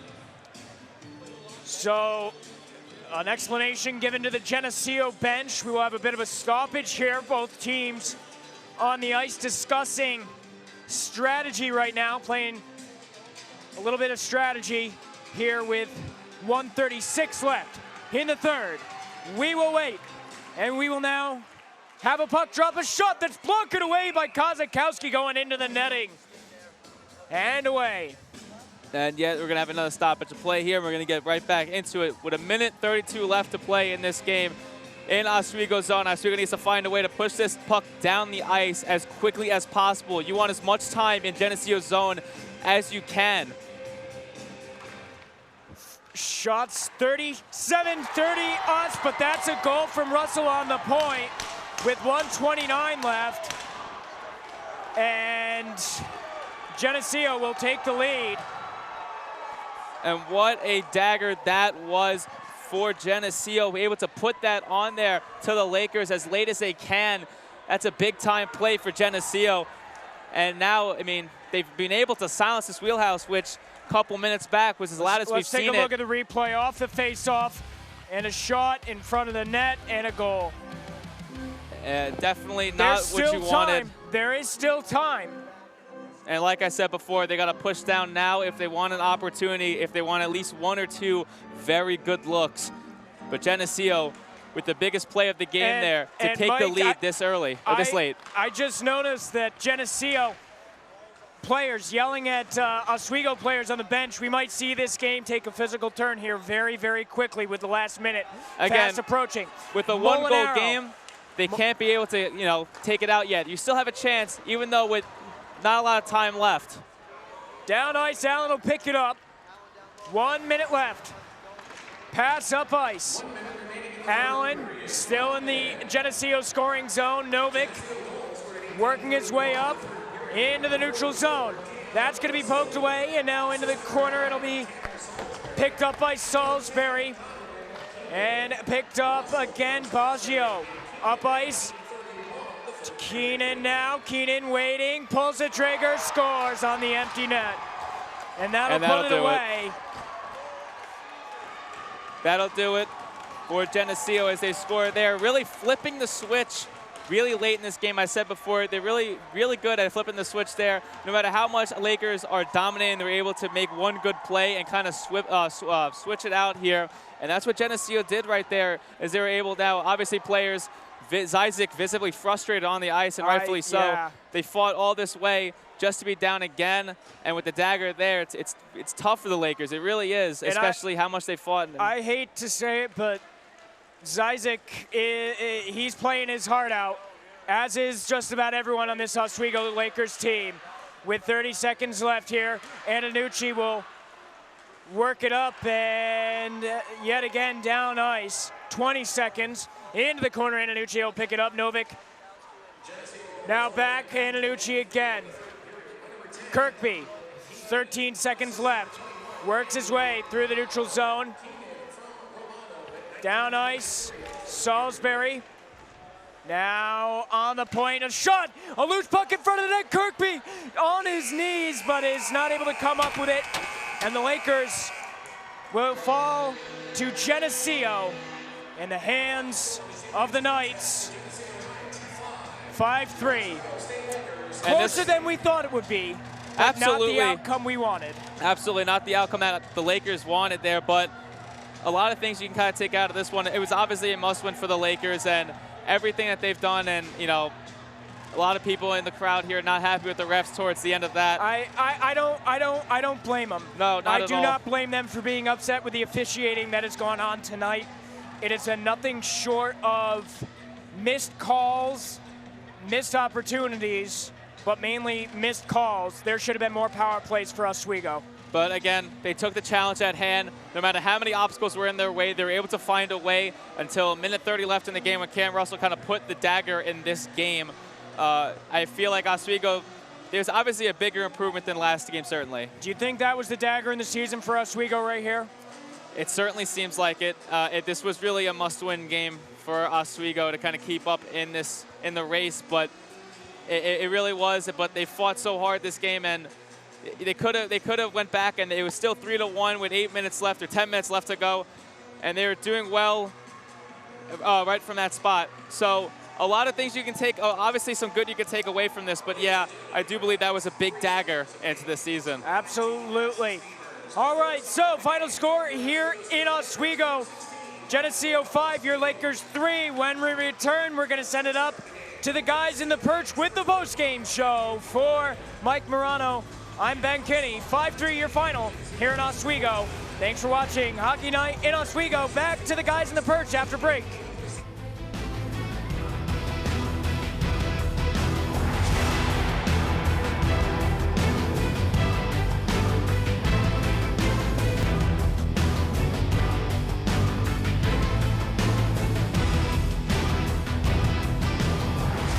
And welcome back to Hockey Night in Oswego. You're watching the post-game show on WTOP 10. As it's the Geneseo Ice Knights getting the win 5-3 over the Oswego State Lakers. Once again, I'm joined by Nick Ketter and Zach Case, and we would now like to welcome our ringside reporter Mike Gross to the desk. I'm your host Brian Rudman. Once again, guys, a really entertaining third period, but ultimately it's the Geneseo Ice Knights scoring those two late to win the game. Yeah, a lot of goals in that third period there.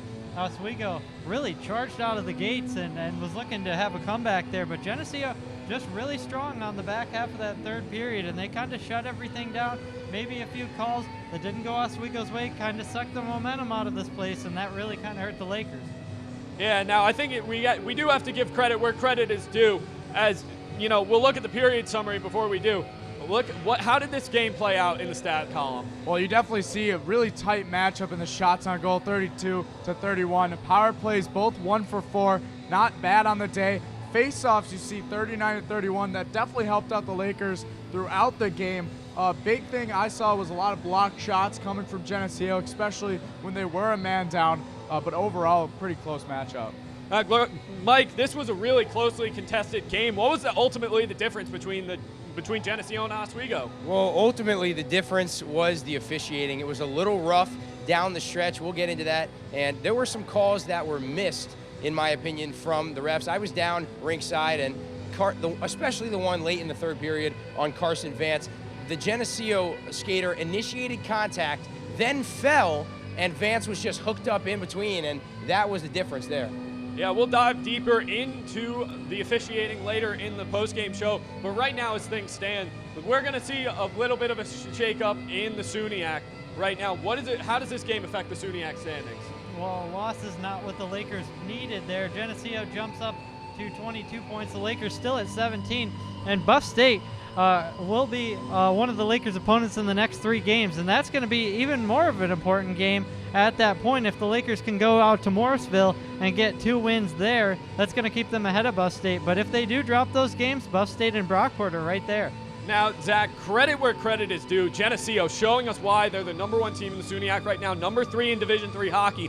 What makes them so dynamic? They're definitely an offensive powerhouse tonight. You saw the amount of goals they put up, 4, and then, of course, the empty netter. Definitely got to give them credit, of course. But the big thing was they definitely took advantage of the 2-on-1 opportunities. Odd man rushes, you just saw that. But like I said, the defense, too, was pretty good as McKay came away with another win in net. Now, Mike, what did you see out of Geneseo from ice side? How good did they look?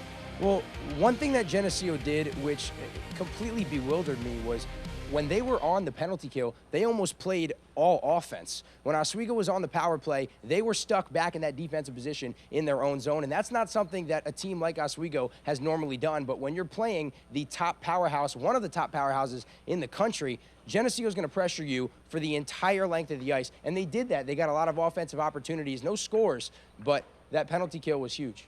Now, we talk about how good Geneseo was, but the man that kept him at bay all night long was Steven Kozakowski. He was very impressive in this one. Yes, Steven Kozakowski was great in this game. He kept the Lakers in this with a lot of key saves. As I said earlier in the last intermission, he was able to keep his composure with guys crashing in net. As you see shots there, he's deflecting them off the glove and the pad. He's seeing the puck really well. A lot of those goals that he gave up were just kind of one-on-one opportunities for Geneseo and odd man rushes, and you can't really blame him for that. Well, the one thing about Steven Kozakowski, during that 5-minute major when the Lakers killed that penalty successfully, in the last 4 minutes, it was the beginning of the third period, he had 6 consecutive saves, and I was down sitting there from him, and I was sweating for him pretty much. That was an incredible penalty kill that they got, but it was that second penalty right after it that was 2 minutes. That was just too much. 7 minutes, almost back-to-back, is just so much. Now, Zach, how do you think Kozakowski did handling the pressure of this big moment against this dynamic Geneseo team? He definitely played well. You know, those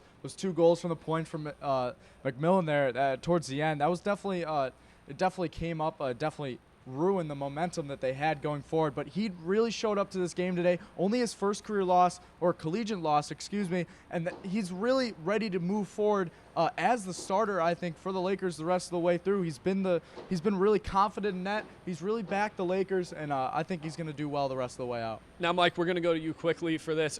You were down ice level. You saw all the penalties.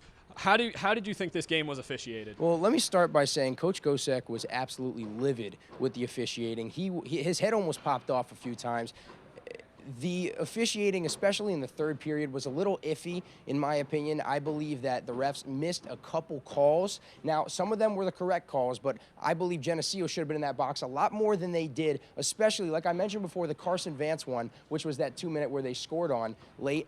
He initiated contact, and he went down, and Vance was just tied up with it. So it was some of those calls that should not have, it was some of those non-calls, okay, that should have been made, and it went in favor of Geneseo, and that is the big story. That's the reason why I think the Lakers lost this game. It certainly will be a story heading forward. We're going to take a quick break, but don't go anywhere. When we come back, we'll wrap this show up. You're watching Hockey Night in Oswego right here on WTOP 10.